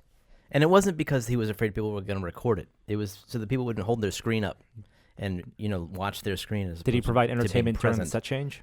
I thought you were going to say, did he provide entertainment in the show? No, I assume he provided entertainment. I don't know. During the boring minutes of the set change? Yeah, I don't know. People had to talk to each other. Terrible half hour. All right, one for Norm, now one for Jeremy. Twitter user Smokey Bowles, yes, shout out Smokey Bowles, turned me on to this idea that science is, yeah, I know, I said that out loud on a podcast. Turned me on to this recent development of scientists actually using voxel printing to create better tangible representations of the 3D models. Great. Can you explain this? Yeah, so essentially it's using different printers to capture more realistic data through this different sort of software mechanism. So, I mean, we know what voxels are, like how they capture richer information than like typical slices. And so there's easy ways to transfer some pretty rich 3D information from scientist data sets. Like you can imagine like topographic maps of planets. I have a pretty rich scan of my brain that we could print with voxels that I think would result in something much more interesting looking. What are we talking about here? I think of voxels as being 3D pixels, right? Like in pixels with depth data. Exactly. Like old computer games, I remember like they looked cool. But what if I'm 3D printing something? It's already inherently 3D, and you could think of it as 3D pixels, like a dot, in 3D.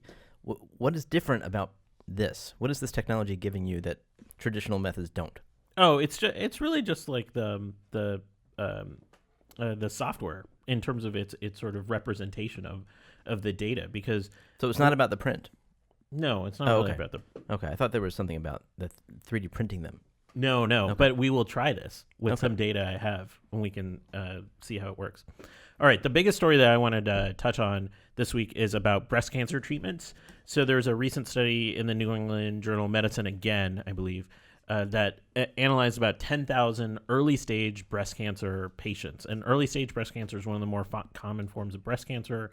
In this case, it is a HER2 negative breast cancer, which is that's sort of the hormonal pathway that and you can get a genetic test for this that shows that you have this early stage treatment. So right now, even though a lot of people test positive for this, the most common treatment is chemo, and chemo is obviously a very difficult treatment regimen. Well, a new analysis came out looking at the essentially like genetic severity. There's ways to tease out what that means, but you can look at the severity of the cancer, and they found that a wide majority of patients could actually be placed on hormonal therapy rather than chemo, which has many less side effects, and achieve the same treatment results. So this genetic test that's already being done on these patients already provides that level of information. And so they did a double-blind study where they were able to offer hormonal treatment to these patients that fell into a category of less severe breast cancer, and it was just as effective, if not more effective, than the chemo without the side effects, which is massively wonderful news. This means, and to give you just a sense, like out of the 10,000 patients, 7,000 of them were available for this hormonal treatment over chemotherapy. That is, I think, one of the most fundamentally interesting advances in breast cancer treatment we've seen in a long time, which could make a difference for a lot of people. This is obviously a very specific type of breast cancer. It's only for early stage. But this, I think, holds a lot of promise for breast cancer treatment. We live in the dark ages. And lastly, one for me. So a team of researchers built a Lego beer pouring device. It's basically this mechanical device that just tips a bottle over and pours it into a glass. And so that's not very exciting. I mean, it's cool. I would want one, but it's not super exciting. The reason they did this is to see if they could learn what people preferred in terms of their what they desired out of a perfect pour of beer. Uh-huh. And so they actually had people watch this, and they analyzed a few different mechanisms using cameras on the actual beer itself, like surface tension, like how big of a foam it was, how much volume they sort of took in, coloration, that kind of stuff, and combined it with facial recognition data from the people looking at it. And we're able to identify what people's preferences were pretty quickly. Preferences meaning satisfied or not satisfied. Yes. Like a thumbs up or thumbs down. Yeah, this is what, like, the amount of head I like on my beer. This is like the color of the beer that I like. But not taste.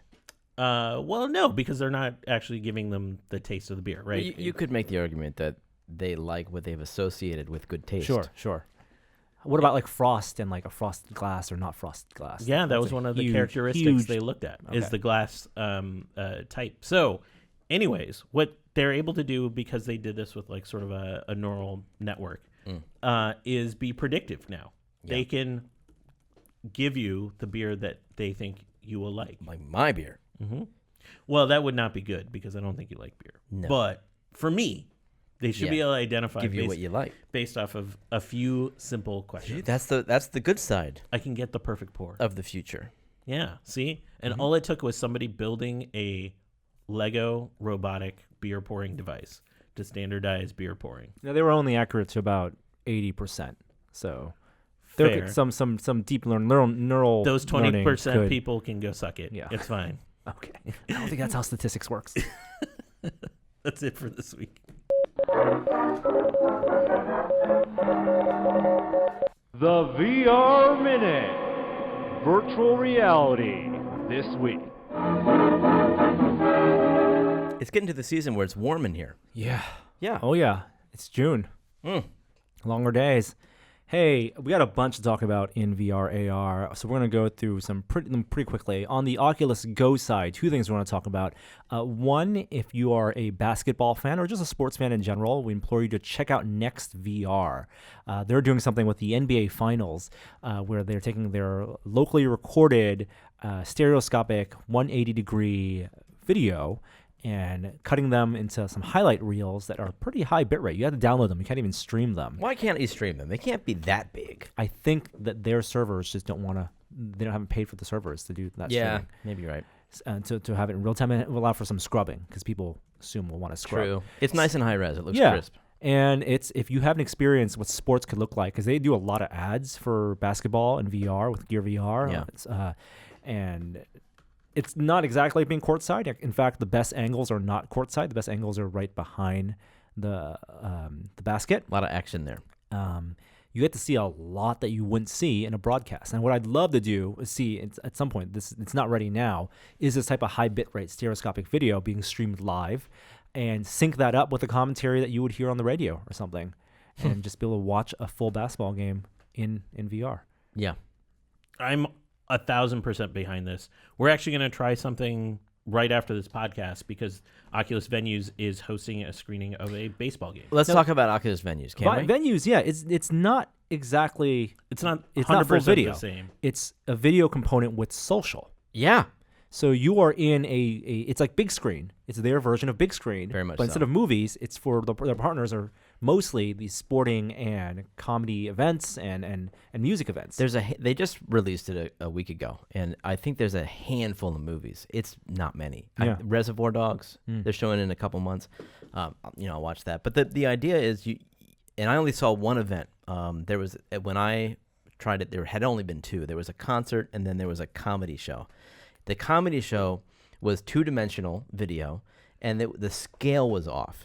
So that's the downside. So are you watching on a big screen, or is it's supposed to be like you're in the audience. Yeah, so it's right? supposed to be like it's scaled. You'd actually need a wider angle shot Yeah. because the audience, the auditorium is big. The trade-off is you lose fidelity of the video. So Right. like maybe you don't want that. In any case, what they chose to go with felt odd. You felt like an ant Right. watching a comedy show from a Right. human. Right. So the guy's up there, 2-dimensional video, off scale, but you look around yourself and it's all perfectly scaled social environment where all of the avatars from other Oculus Go users, presumably, are surrounding you.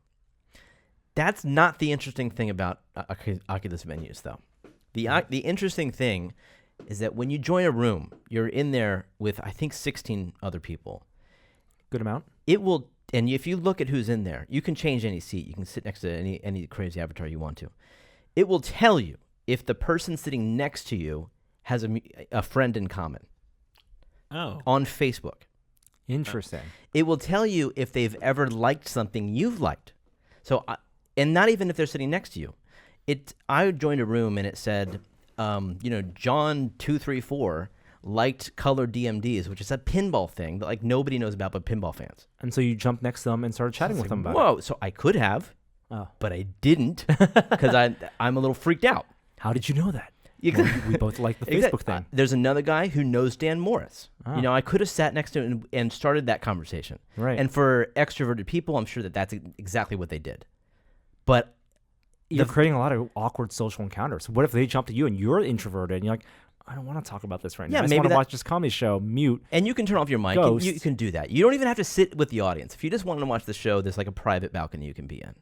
But this was like the first experience I've ever had in social where it used the data from Facebook, from Right. the social network, Right. to make connections in a way that I saw the future. When we have this when Ray-Bans have AR built into them Yeah. and we're walking around the world, we're going to be able to see people we have things in common with and feel closer to them for that reason. And I think that took me by It's the social a network little bit of equivalent if shock. I like your t-shirt, Yeah. right? Oh, you like that band too? Right. You don't have to wear the t-shirt anymore. Yeah. It just pops up. It was an I interesting gotta experience. see. I gotta see what this looks like. Unfortunately, it's Go. So all you have is head tracking and rotational from a hand. And there's no positional for either one. So, you want more even They in got to this do a better experience. job with the cross-platform experience between Go and Rift. Yeah. I don't think Venues is even on Rift. No, it's not. No, just like Rooms. I don't understand why that is. Why can't it be on Rift? There are separate stacks, development stacks. Yeah. But it was cool. And there was this group of people sitting 2 rows in front of me, all speaking Japanese to each other. And they were turning to each other. It was like a big screen experience, right? But with Did you 60 shush them? No, but they're all talking. And the people in front of me were having their own conversation saying, it's interesting. They're all speaking Japanese. And then one of the people in front of me said, konnichiwa. And the Japanese people, they turned around and they waved and they said, konnichiwa, hello. It was this really actually kind of cool. It was pretty awesome. Welcome to AOL chat rooms, circa 1997. Yeah. This is that. I thought that it was pretty cool. You like Jim Carrey? I like Jim Carrey. What's weird is that one of the notifications was, Alyssa 321 likes How I Met Your Mother, and Ooh. I don't even remember ever liking that, but I guess I did at one point. Right. So there you go. They need to what they should do is refine that data, because right now those likes, when Facebook first started, the likes were about like self-declaring, and then it really quickly became marketing, Right. opting into marketing. Yeah. And they'll never do it, but like occasionally pop up, do you still like this band? Yes or no? Or just have them expire. If you don't visit that page. Expire, totally. But some type of opt-in as opposed to just They did getting add spam. granularity of those controls. Yeah. And they would know more about you. I mean, I guess it's to their interest. The other thing with Oculus Go is that John Carmack, who has been working on mobile VR for his entire time at Oculus Facebook, is also now on the go working on a remote desktop application. He confirmed this via Twitter. Someone asked about input devices, because I guess this spurred off with a image of John Carmack having cut a hole in the bottom of his facial interface on the Go so he could see his keyboard and mouse. Oh, really? And someone's like, well, that's okay. That's cool. That's hackable, I guess. But when do we get keyboard and mouse input on Go? Because you can't right now. You only have Bluetooth gamepad, and they're remote. And someone else is like, well, when would you use keyboard and mouse? Remote desktop? And John Carmack says, yes. In fact, I am working on remote desktop. Yep. So that I think could potentially be a killer app for Go. And that would make me want longer battery life on Go for sure. What's interesting is the designer of remote, what is it called? Virtual desktop. Yeah. Which has been a Rift app Yep. for a long time now. Followed up and said, my morning just got a lot more interesting. Totally. And Carmack said, happy to collaborate with you and share some things. But apparently Carmack is going beyond software hacking. He says he's working with Qualcomm on something crafty. Interesting. Yeah. Low level access. Yeah, that helps. Yeah. Beat Saber. Can't go through a VR minute without talking about Beat Saber. Beat Saber it's a great game. First of all, everyone should try it. It's sold really well. But one of the ways it got notoriety was one of the mixed reality videos with a green screen showing a player playing Beat Saber. And these mixed reality videos are things that help sell VR games. I think it really helped for Job Simulator. These guys at Alchemy developed their own tool sets for mixed reality, for remote cameras. This is when you see a real person Integrated. in a virtual reality. Yes, integrated, not just green screen, but dimensionally integrated with occlusion. Right. You usually and see interacting. them playing the game from a third-person camera. Yeah. And you can even move the camera from time to time. Yeah.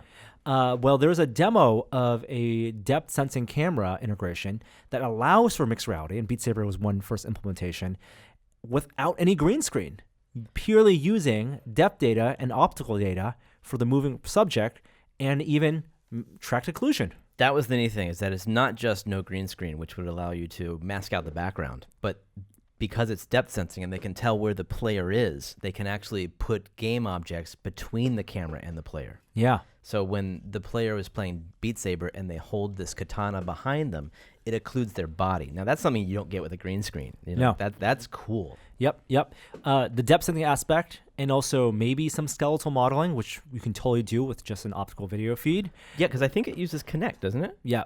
So that is something that we want to see this develop in the future. Not everyone's going to have their own green screen, but we want ways to show ourselves in VR. That's very cool. The company that does these videos is called Live, L-I-V, and they hired somebody from the Echo Arena community had developed this open source software. They hired him on. He's now an employee there, and you can try this. It's in alpha if you join the Live Discord channel. Very cool. A couple of bits of gaming announcements. Next week is E3. E3, big gaming convention. Lots of games announced, hopefully some VR stuff. Insomniac is teasing an open world VR game. Insomniac, makers of, what was that third-person horror game they did? Yeah, I was too scary for me. And then they also did, of course, the Magician game, Unspoken. And I think people have had VR long enough, and they're long enough VR legs to Edge of Nowhere. make some That Edge was of Nowhere. That's right. Scary one. To make an open world VR game. I can't wait. I want this to be the first company to make a giant made for VR. Well, all they said is you can go anywhere. Like, we don't know it's an open world game. That would be incredible. Yeah. You know what I'm actually kind of interested in? So Insomniac is the one that's making the Spider-Man game for PS4 that has generated a lot of buzz. Yeah. What about a little Spidey action in VR, right? Yeah, do it. In an open world format? Not easy problem to solve. Web No. slinging. There's a third-party game called Unbreakable Gunball, And the Switch started off as a Spider-Man style web slinging, and then now it's their own original IP. And they have a lot of experimentation with web slinging, quote unquote, in a open city environment. When you get it right, really fun. But web slinging without actually being in the air and just moving your hands, you got to do a lot of pulling, a lot of retracting. Spider-Man, or else you just end up just kind of dangling between two buildings and stuck up against the wall.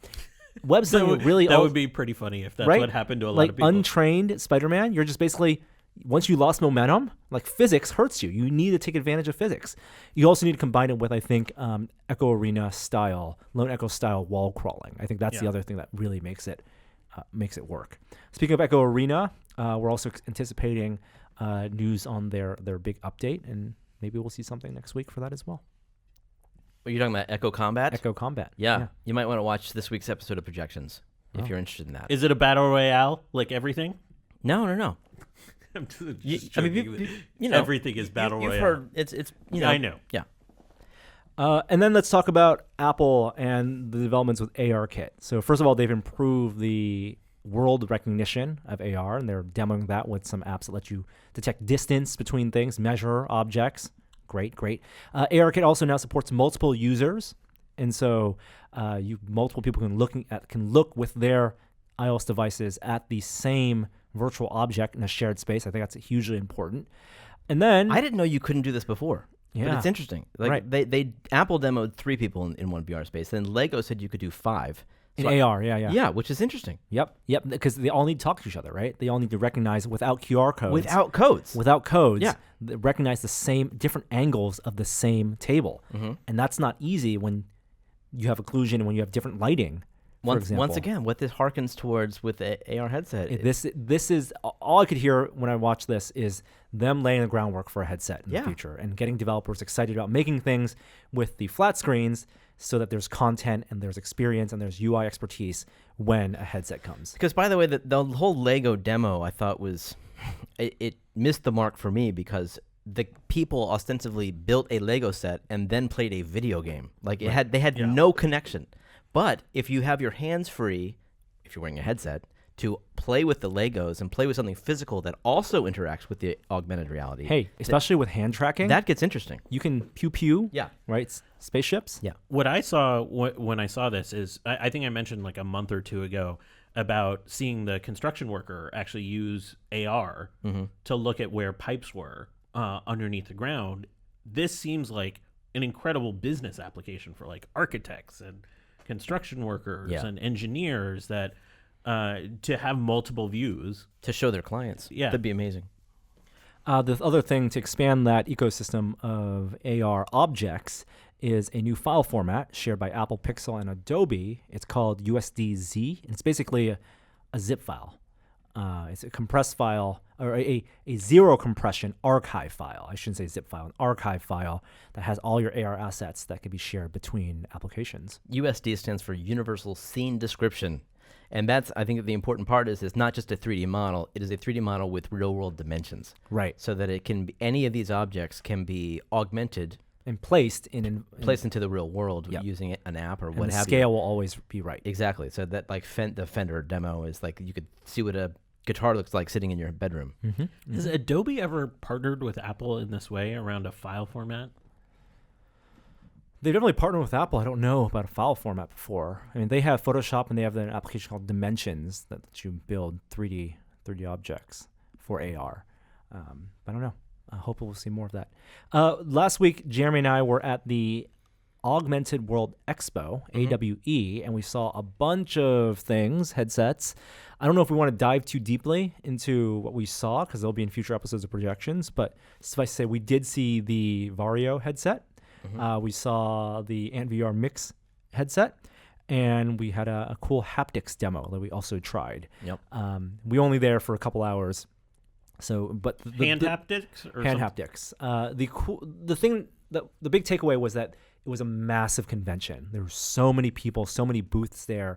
Of course, you had your Microsoft with their mixed reality headset. Of course, you had big established AR and heavily invested companies like Meta was there with a big booth. But there were tons of small companies there. I was marveling at the fact that it was just 6 years ago that the Oculus Rift was a discussion on the meant to be seen in 3D forum. Right. And now it's just like it was packed. There was There- the line to see a VR headset that we saw there was like 10 people long. There were more tens of millions, hundreds of millions of dollars of investment in product in that space. Yeah. Which was it's heartening.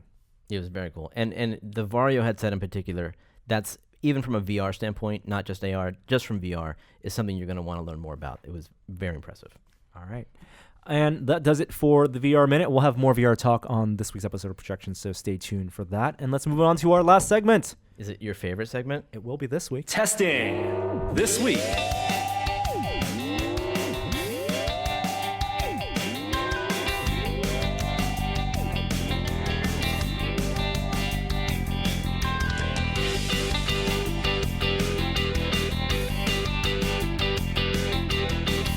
Hey, what have you guys been testing? Hey, what have you guys been testing? I have the Kiwi Crate, which is an educational subscription box of kind of like maker type stuff that my son and I have been building. It's going okay so far. I'm a big believer in STEM-based kind of projects, especially with the summer happening. But I always am left with a little underwhelmed by the subscription boxes that have come my way. But I will let you know what I think soon when we're finished with it. Jeremy? I yield my time to the gentleman from San Francisco. Wow. Sitting to my right. I've been testing Dolby Atmos. I got a new speaker system for You're gonna my make- LG TV, and it's incredible. Blade Runner 2049 with Dolby Atmos in 4K, the disc, not the streaming It's version. like Zimmer was in the room with you. It was like a tech demo. Can I ABC in your room? You can totally come over on I can. ABC, Blade Runner, great. and also because I do have that on streaming as well. And I am looking for a copy of The Matrix. I have it ordered from Best Buy. It won't arrive till July, so I would love to borrow a copy of The Matrix locally, 4K UHD HDR with Dolby Atmos, to do a screening at home. Do you feel like there is a difference between the disc and the streaming? Yes. That you can hear? I can see. Oh. Yeah, What about here, though? Because I'm curious about that. I have not done the ABC test. Okay. But it sounds really good. Mm-hmm. Okay, we'll talk about let's jump into talking about Tesla. So I've become a mall rat. A mall rat? Ah, yes. See, I worry about Are talking. you regressing to a teenager? I don't want to share this information, with the locals. Yeah, so I picked up the Tesla Model 3. Thank you, listeners out there. Did it look like what you expected? Because you had to pick so much on like kind of a virtual screen. That's right.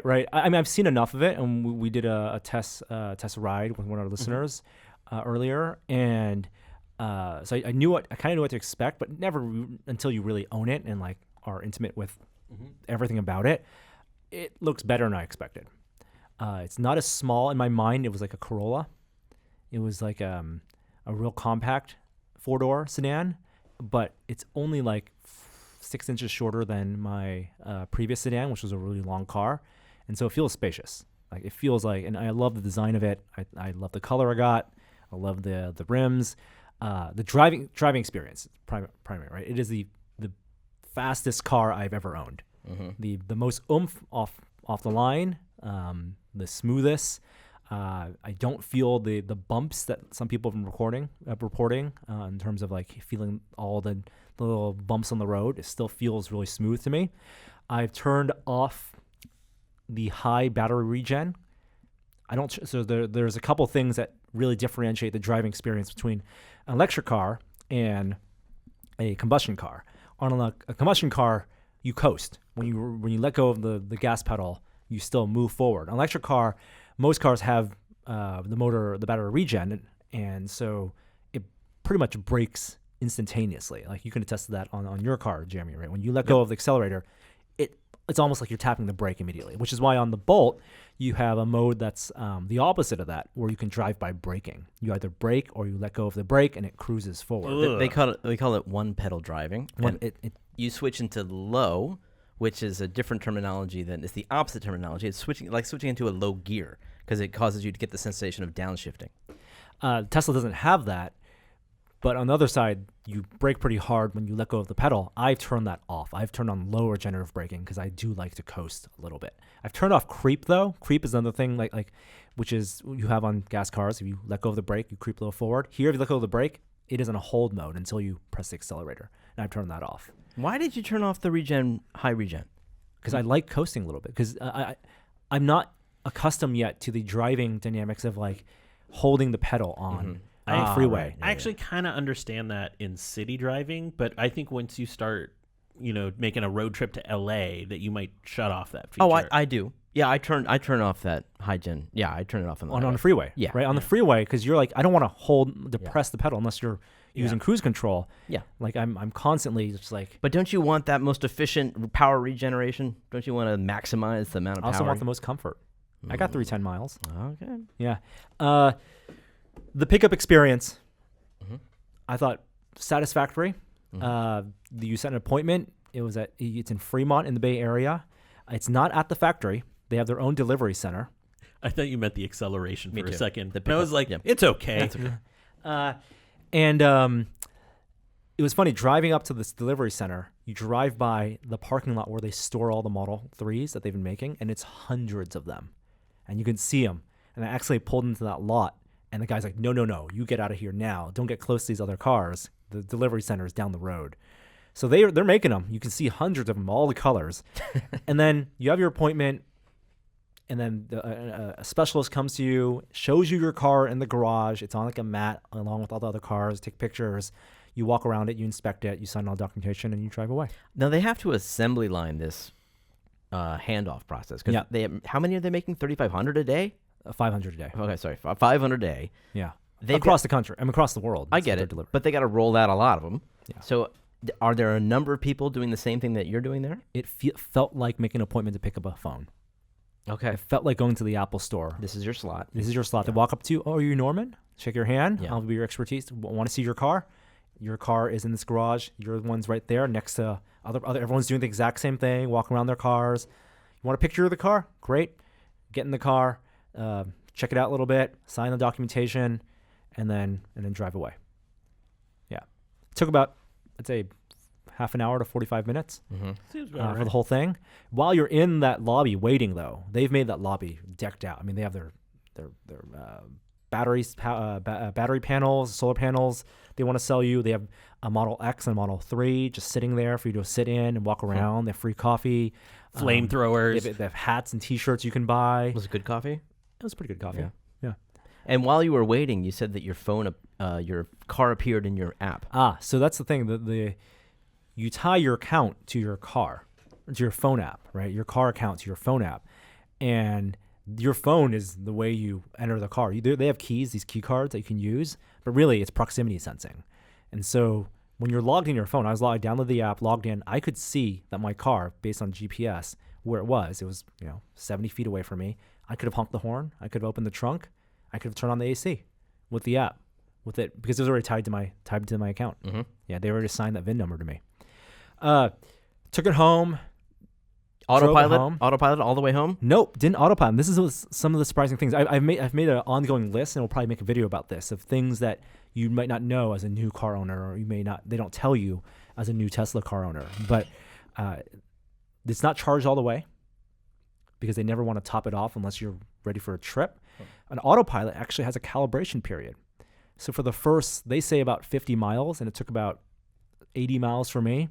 The cameras are calibrating, and you don't get the icon for even traffic-aware cruise control or autopilot because every car has a slightly different alignment. That's interesting. So there's different. That seems reasonable. So the tolerances for the camera placement aren't 100%. Exactly. That's need, interesting. And same for auto park. Like it needs a calibration period before it can do auto parking. Even if it doesn't it make you feel better that it goes through a calibration Totally. period? Yes. Totally. Yeah. But it's a Fremont. It was like an hour drive. So I wanted to autopilot. I wanted to demo it, but we can't do that but it makes total sense.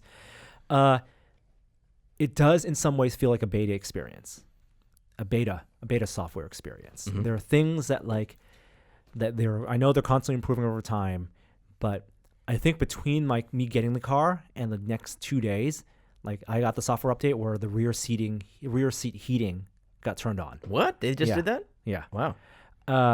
The voice control, they have their version of Siri.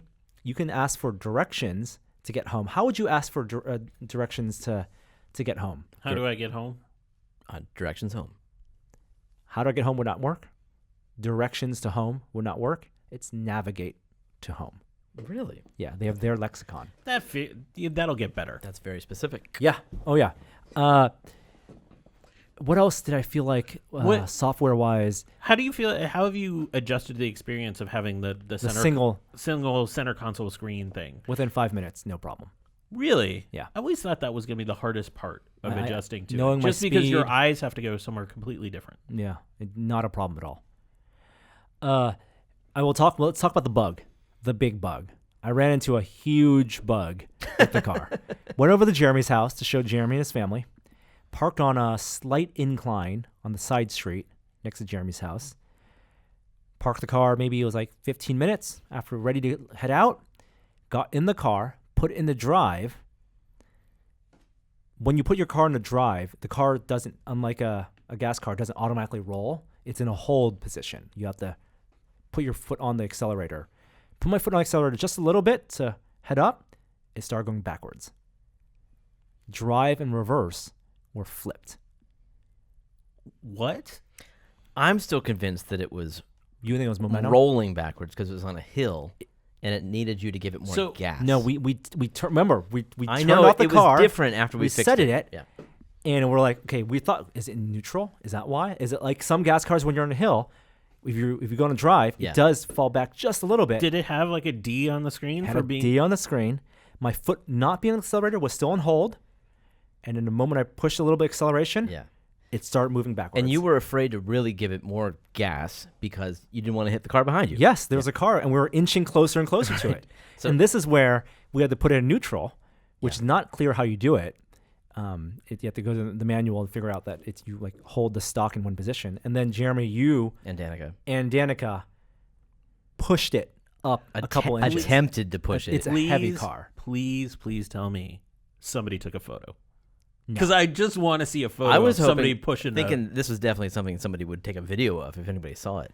But so it was freaking heavy, like it's, as it should be. yeah. So And it was on a hill, yeah, but it's heavy. so we didn't push it very far. No. And eventually, So what happened? How did Yeah. it fix itself? Well, Jeremy had the brilliant idea. Turning it off and on? No, we turned Probably did of testing to see if it was a rollback of neutral thing. He found a big rock, like a really big, like the size of this laptop style rock, and put it behind one of the tires.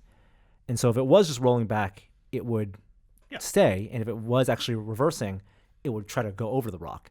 can I just say at this point, Danica said, "Are you just gonna hit the tire and make Norm cry?" And I said, "I don't think so." And she said, "You don't think he'll cry?" What was your bet? You think you would have cried?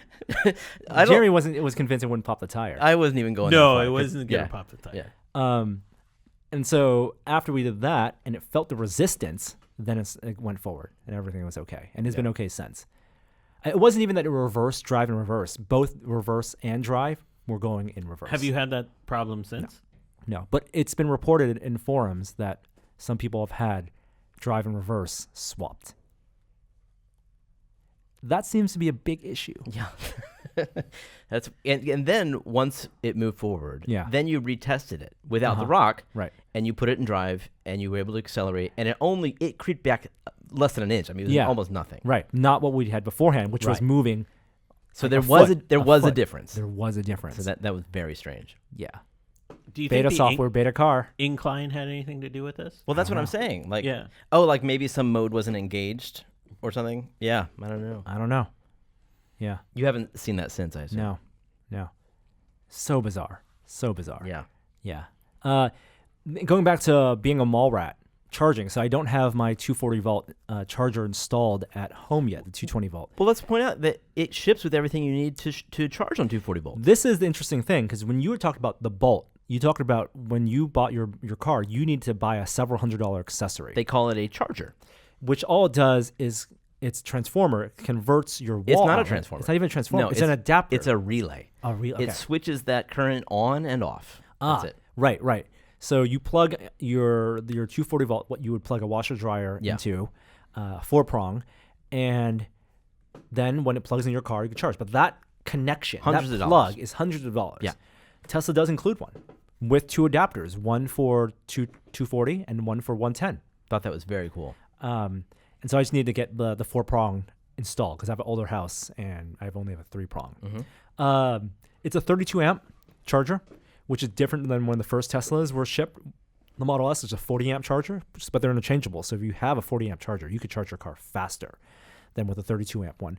But not having it installed, I'm just going to the mall because there are some free chargers at local malls. If you go to plugshare.com, you can find a map of where Volta, which is a company that has these kiosks with ads on them, they're ad supported, and you can pull into them, and for like a 2-hour maximum, they don't actually cap it. They just suggest it's like a library, like computers at library time. Like You don't think they shut off after 2 they hours? don't. I tested. I stayed there for 2.5 hours, and I got 60 miles. Dude, come on. You're a member of a community now. You got to share the love. I was testing it, Jeremy.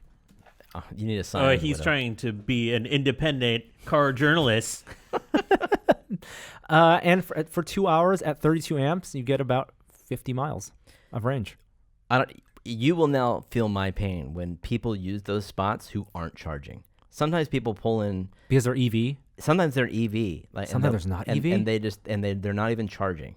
They're just plugged in. They just think it's EV parking, Oh, and it drives me wow. crazy. Yeah, I hate it. yeah. Well, like 50 miles is what, like $3, $4? It's like Yeah. it's equivalent to gas equivalent. Sorry, it's the gas equivalent of like, a gallon and a half of gas. Have you So charged it's at like home at all? $6. Not yet. 110? No.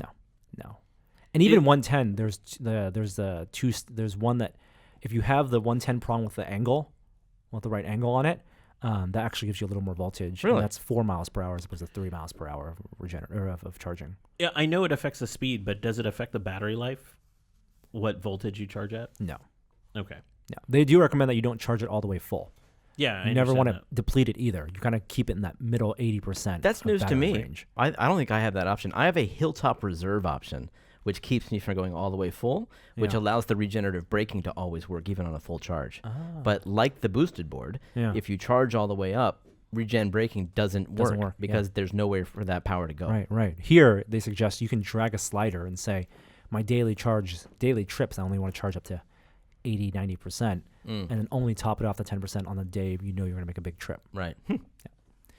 There will be lots more to say about the driving experience of this car. I if think you we're going wanna- to drive to lunch. Yeah, if you want to learn more, just go to the local mall near Norm's house, and he'll tell you about it. I saw since he will be there. Saw some jaw drops. What are you talking about? So waiting in the car is a thing now. Because previously, waiting in the car, listening to music, using AC Yeah. would be draining on the battery. Yeah. Here, the car's plugged in. That's still using the battery. It's still using the battery, but you're not like worried about not being able to start the car afterward. Yeah. And if it's cold, then you can send someone to wait in the car and you can turn on the AC and warm them up. Yeah. So waiting in the car recently at the mall, just waiting, just hanging out, waiting for some food to get delivered. People walking by, jaws dropped At the 3? at the 3. You think people... Oh. There was some recognition. Huh. Did you do the 3-finger wave? They didn't own the car. Oh, that's reserved. That's reserved. Oh my gosh. Awesome. All right. That will do it for us this week on This Is Only a Test. Next week, we'll be at E3, but talk about E3 when we get back. If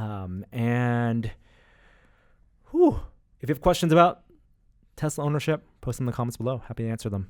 We have an outro this week, Jeremy. Hi there, I didn't see you.